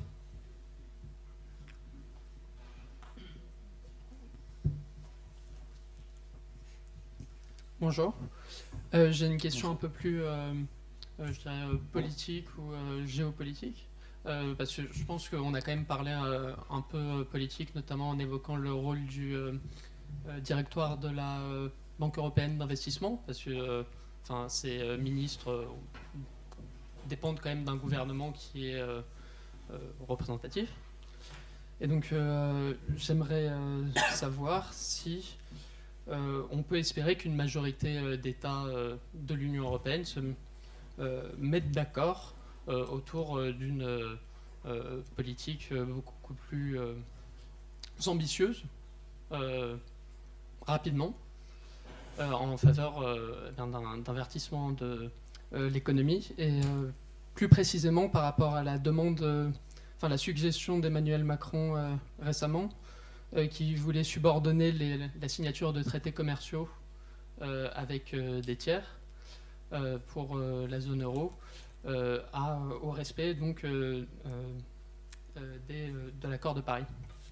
Si ce serait efficace et si ce serait réaliste, si le marché européen est suffisamment important pour dicter une telle exigence. Merci. Tu veux me laisser ok. Non, mais la première question, c'est vraiment une question politique, mais je ne fais pas de prévision sur les résultats des élections. En fait, c'est ça que ça va dépendre. Donc, ça dépend de toi d'aller voter le 26 mai. Donc voilà, ça dépend des majorités qu'il y a en place dans chaque pays, et ça dépend de la majorité qu'on aura au Parlement européen. Ça, je ne peux pas le prévoir. Mais c'est vrai que c'est assez difficile. Si on regarde par exemple les Verts, c'est des partis qui existent en France, dans les pays du nord de l'Europe, mais ils sont très peu présents, que ce soit dans le sud ou dans les pays de l'Est de l'Europe. Donc c'est vrai que c'est difficile de faire émerger ce type de majorité quand il n'y a même pas de parti environnemental, écologiste dans la plupart des pays européens. Donc ça va dépendre plutôt d'évolution politique dans ces pays. Après, sur ta question sur la subordination des traités de libre-échange à des conditions environnementales, pour le coup, chez Bruegel, donc l'endroit où je travaille à Bruxelles, on a reçu ce qu'on appelle les Spitzenkandidaten, les candidats, je ne sais pas comment on les appelle en français, les têtes de liste qui normalement devraient devenir, en fonction de qui va gagner, devraient devenir le prochain président de la Commission. Et on leur a posé cette question-là, et ils ont tous, en général, que ce soit, j'étais assez surpris d'ailleurs, même quand on demande à Manfred Weber, qui est donc le candidat du Parti populaire européen, lui aussi il était en faveur de ça. Pas seulement le vert ou la gauche, mais on a reçu aussi Yanis Varoufakis, on a reçu tout le monde, et ils étaient tous ils étaient plutôt tous en faveur de ça. Donc, en tout cas, au niveau de la Commission, ça ne devrait pas poser de problème. Après, bien sûr, c'est les États finalement qui décident. Comme la plupart des décisions en Europe, finalement, c'est toujours les États et le Parlement européen qui décident ensemble. Mais donc il faut que ça soit décidé par eux. Donc il me semble ça pourrait être une possibilité. Ça me semble pas illogique d'avoir des traités de libre-échange qui sont subordonnés à des conditions environnementales. Ça me semble possible politiquement, en tout cas au niveau de la future commission. Après, est-ce que les gouvernements vont s'accorder pour mettre en place ça sera peut-être plus difficile. Je fais une parenthèse d'ailleurs, les interventions du Bruegel Institute sont accessibles sur Internet si ça vous intéresse. Ouais, tout ce qu'on fait est public et est disponible sur notre site.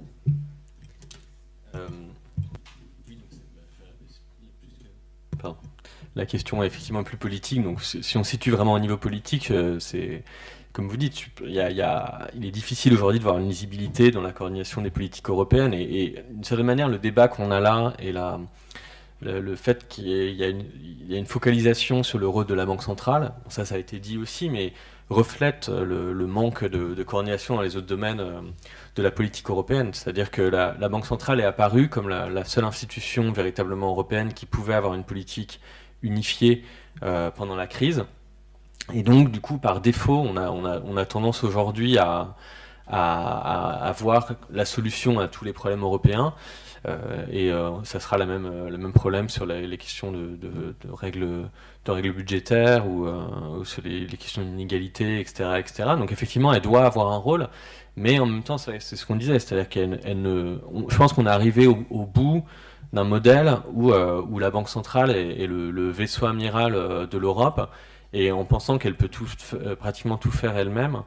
Et que sans coordination avec les autres instances européennes, et ça je pense que c'est, et je sais pas, sur les GAFA, les problèmes de paradis fiscaux en Europe, on peut pas demander à la Banque centrale, et c'est très important. Donc c'est vrai que, et là-dessus c'est pour ça qu'on reparle un peu de la BEI ou des autres possibilités donc ça c'est le côté un peu pessimiste, c'est-à-dire qu'effectivement c'est une politique importante aujourd'hui, écologique en Europe ne peut se faire que s'il y a une volonté politique de la faire, et la Banque centrale ne suffira pas.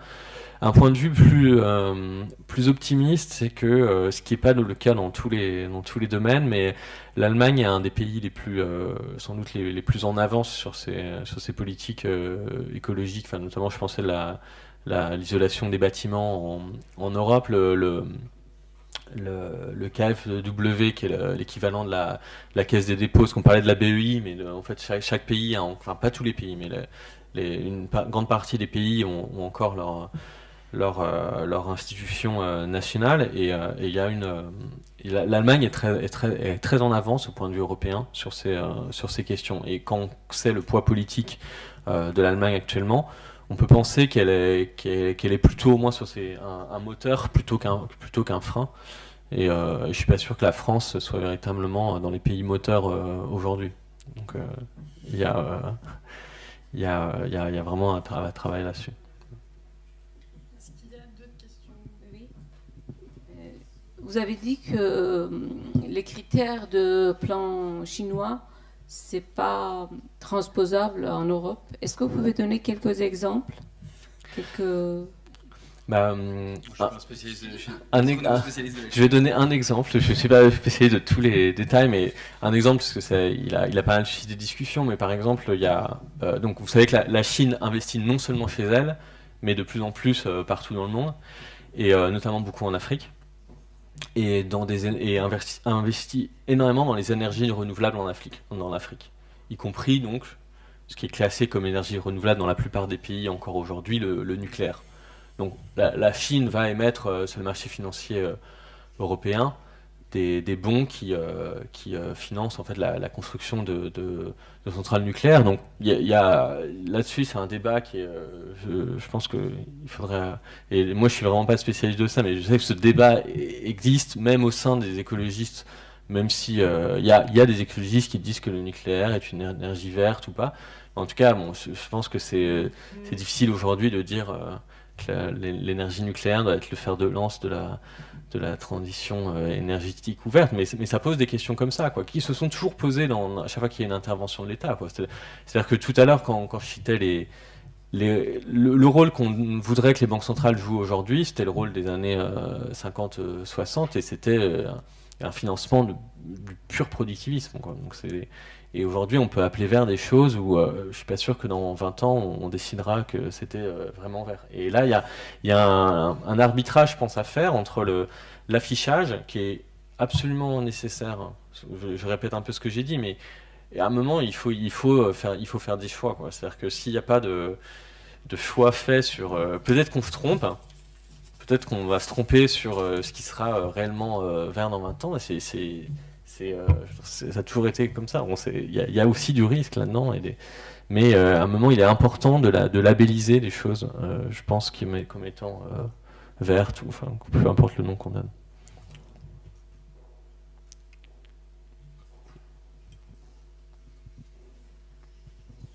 Moi, du coup, c'est une question un peu similaire, c'est-à-dire savoir ce qu'on appelle aujourd'hui en zone euro vraiment des obligations vertes, et surtout qui décide qu'elles sont vertes ou non.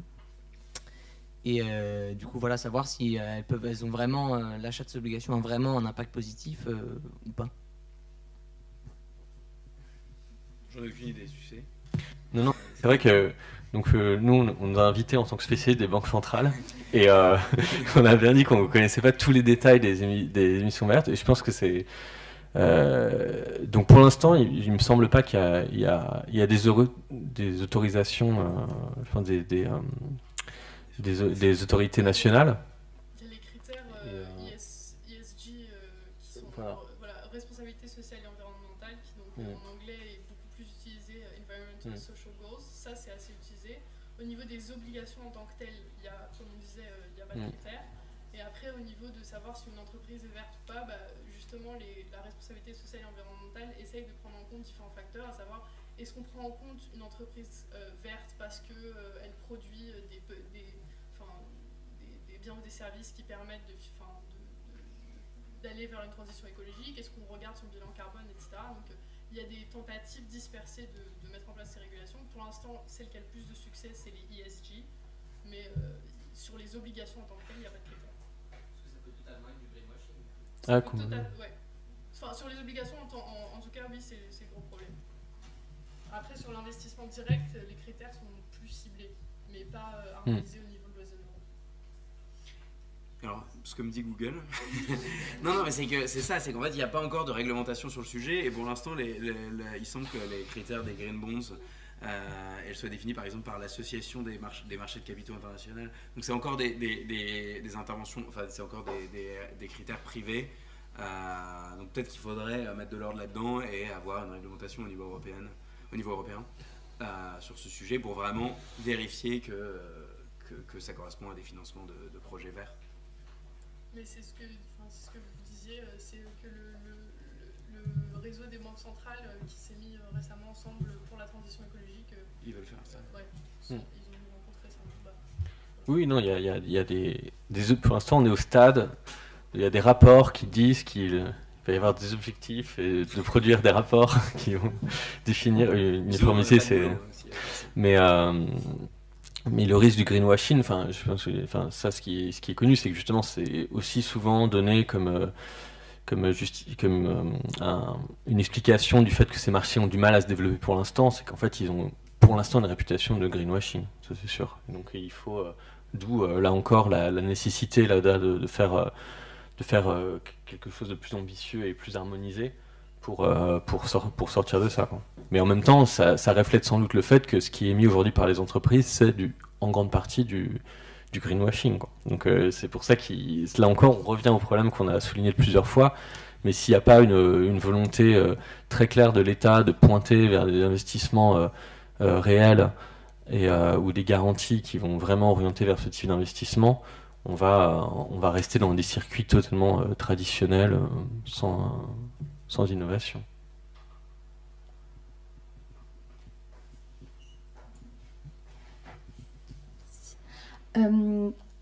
Oui, donc en fait, vous avez beaucoup parlé du rôle que pourraient avoir des grandes institutions, même à part les banques centrales, par exemple la BEI, etc. Et je me posais du coup la question par rapport à l'échelle des projets qu'elles peuvent encourager ou financer. Parce que vous avez parlé par exemple de la Chine qui va faire des investissements massifs dans le nucléaire, etc. Mais il y a un grand nombre, il me semble, de projets vraiment écologistes qui sont un peu à échelle très petite, à échelle locale, etc. Enfin, je pensais des choses peut-être un peu bucoliques, mais c'est le cas de beaucoup de projets. Et je me demandais, est-ce que des institutions aussi grandes peuvent avoir un impact positif sur ce genre de projet, ou est-ce qu'on s'adresse à d'autres acteurs économiques et comment on fait en fait pour encourager ces projets-là? Non, tu veux que Non, vas-y. Puis... Non, mais déjà, la Banque européenne d'investissement, par exemple, elle intervient directement sur les gros projets d'investissement. Elle va financer, je sais pas, des trucs pas justement très très green, genre des autoroutes ou alors, je sais pas, des parcs d'éoliennes, etc. Donc ça, elle va le faire elle-même. Mais après, elle a par exemple, elle a aussi dans le groupe BEI, il y a un truc qui s'appelle le Fonds européen d'investissement, qui lui en fait va justement investir dans des fonds qui investissent dans des petits projets, ou alors ils émettent aussi des garanties pour des prêts émis par des banques commerciales. Et KfW par exemple, parce qu'il donc il y a la BEI, le FEI qui va déjà essayer de faire ça en garantissant des prêts qui sont accordés par des banques commerciales. Donc elles vont prendre le risque à la place de la banque commerciale. Donc ça va permettre aux banques commerciales qui elles sont beaucoup plus localisées de financer ces petits projets. Et par exemple, après, il y a aussi les banques de développement nationales. Donc, comme le disait Eric, en France, il y a la Caisse des dépôts, BPI France. En Allemagne, il y a KfW. Donc, chaque pays a sa banque au niveau national. Et après, par exemple, si on regarde KfW, ce qu'ils font pour le sujet dont on parlait tout à l'heure, qui est la rénovation des bâtiments au niveau thermique, et ben, en fait, n'importe quel Allemand peut aller dans sa banque du coin, la petite caisse d'épargne du coin, et dire je veux le prêt KfW pour rénover ma maison. Donc voilà, donc en fait, bien sûr que la plupart des initiatives et des projets verts, il n'y a pas que des énormes projets, il y a aussi des petits projets au niveau même individuel. Mais justement, ces banques-là, elles font les deux. Elles essayent de financer les grands projets et à la fois, elles aident les banques, enfin en tout cas, elles garantissent les prêts de banques commerciales pour que les petits projets plus bucoliques se mettent en place. Est-ce qu'il y a une dernière question? Bon, merci beaucoup à vous.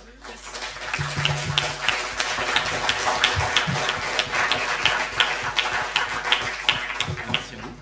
Et puis merci aussi à l'administration de l'ENS, à Ecocampus, notamment son président Hakim Vinet, et puis à Colline, Louise, Myriam, Denis, William pour l'affiche. Et n'oubliez pas que le festival d'Ecocampus se déroule toute cette semaine, il y a plein d'autres événements que vous pouvez aller voir. Et puis merci d'être venus. Oui, cette conférence s'inscrit dans le festival de notre association, l'Éco-Campusienne. Il y a donc toute la semaine, le midi et le soir, des événements, des ateliers, des débats organisés. N'hésitez pas à taper Ecocampus ENS sur Facebook ou sur Internet pour retrouver tous les détails. Et merci encore à vous pour ces débats.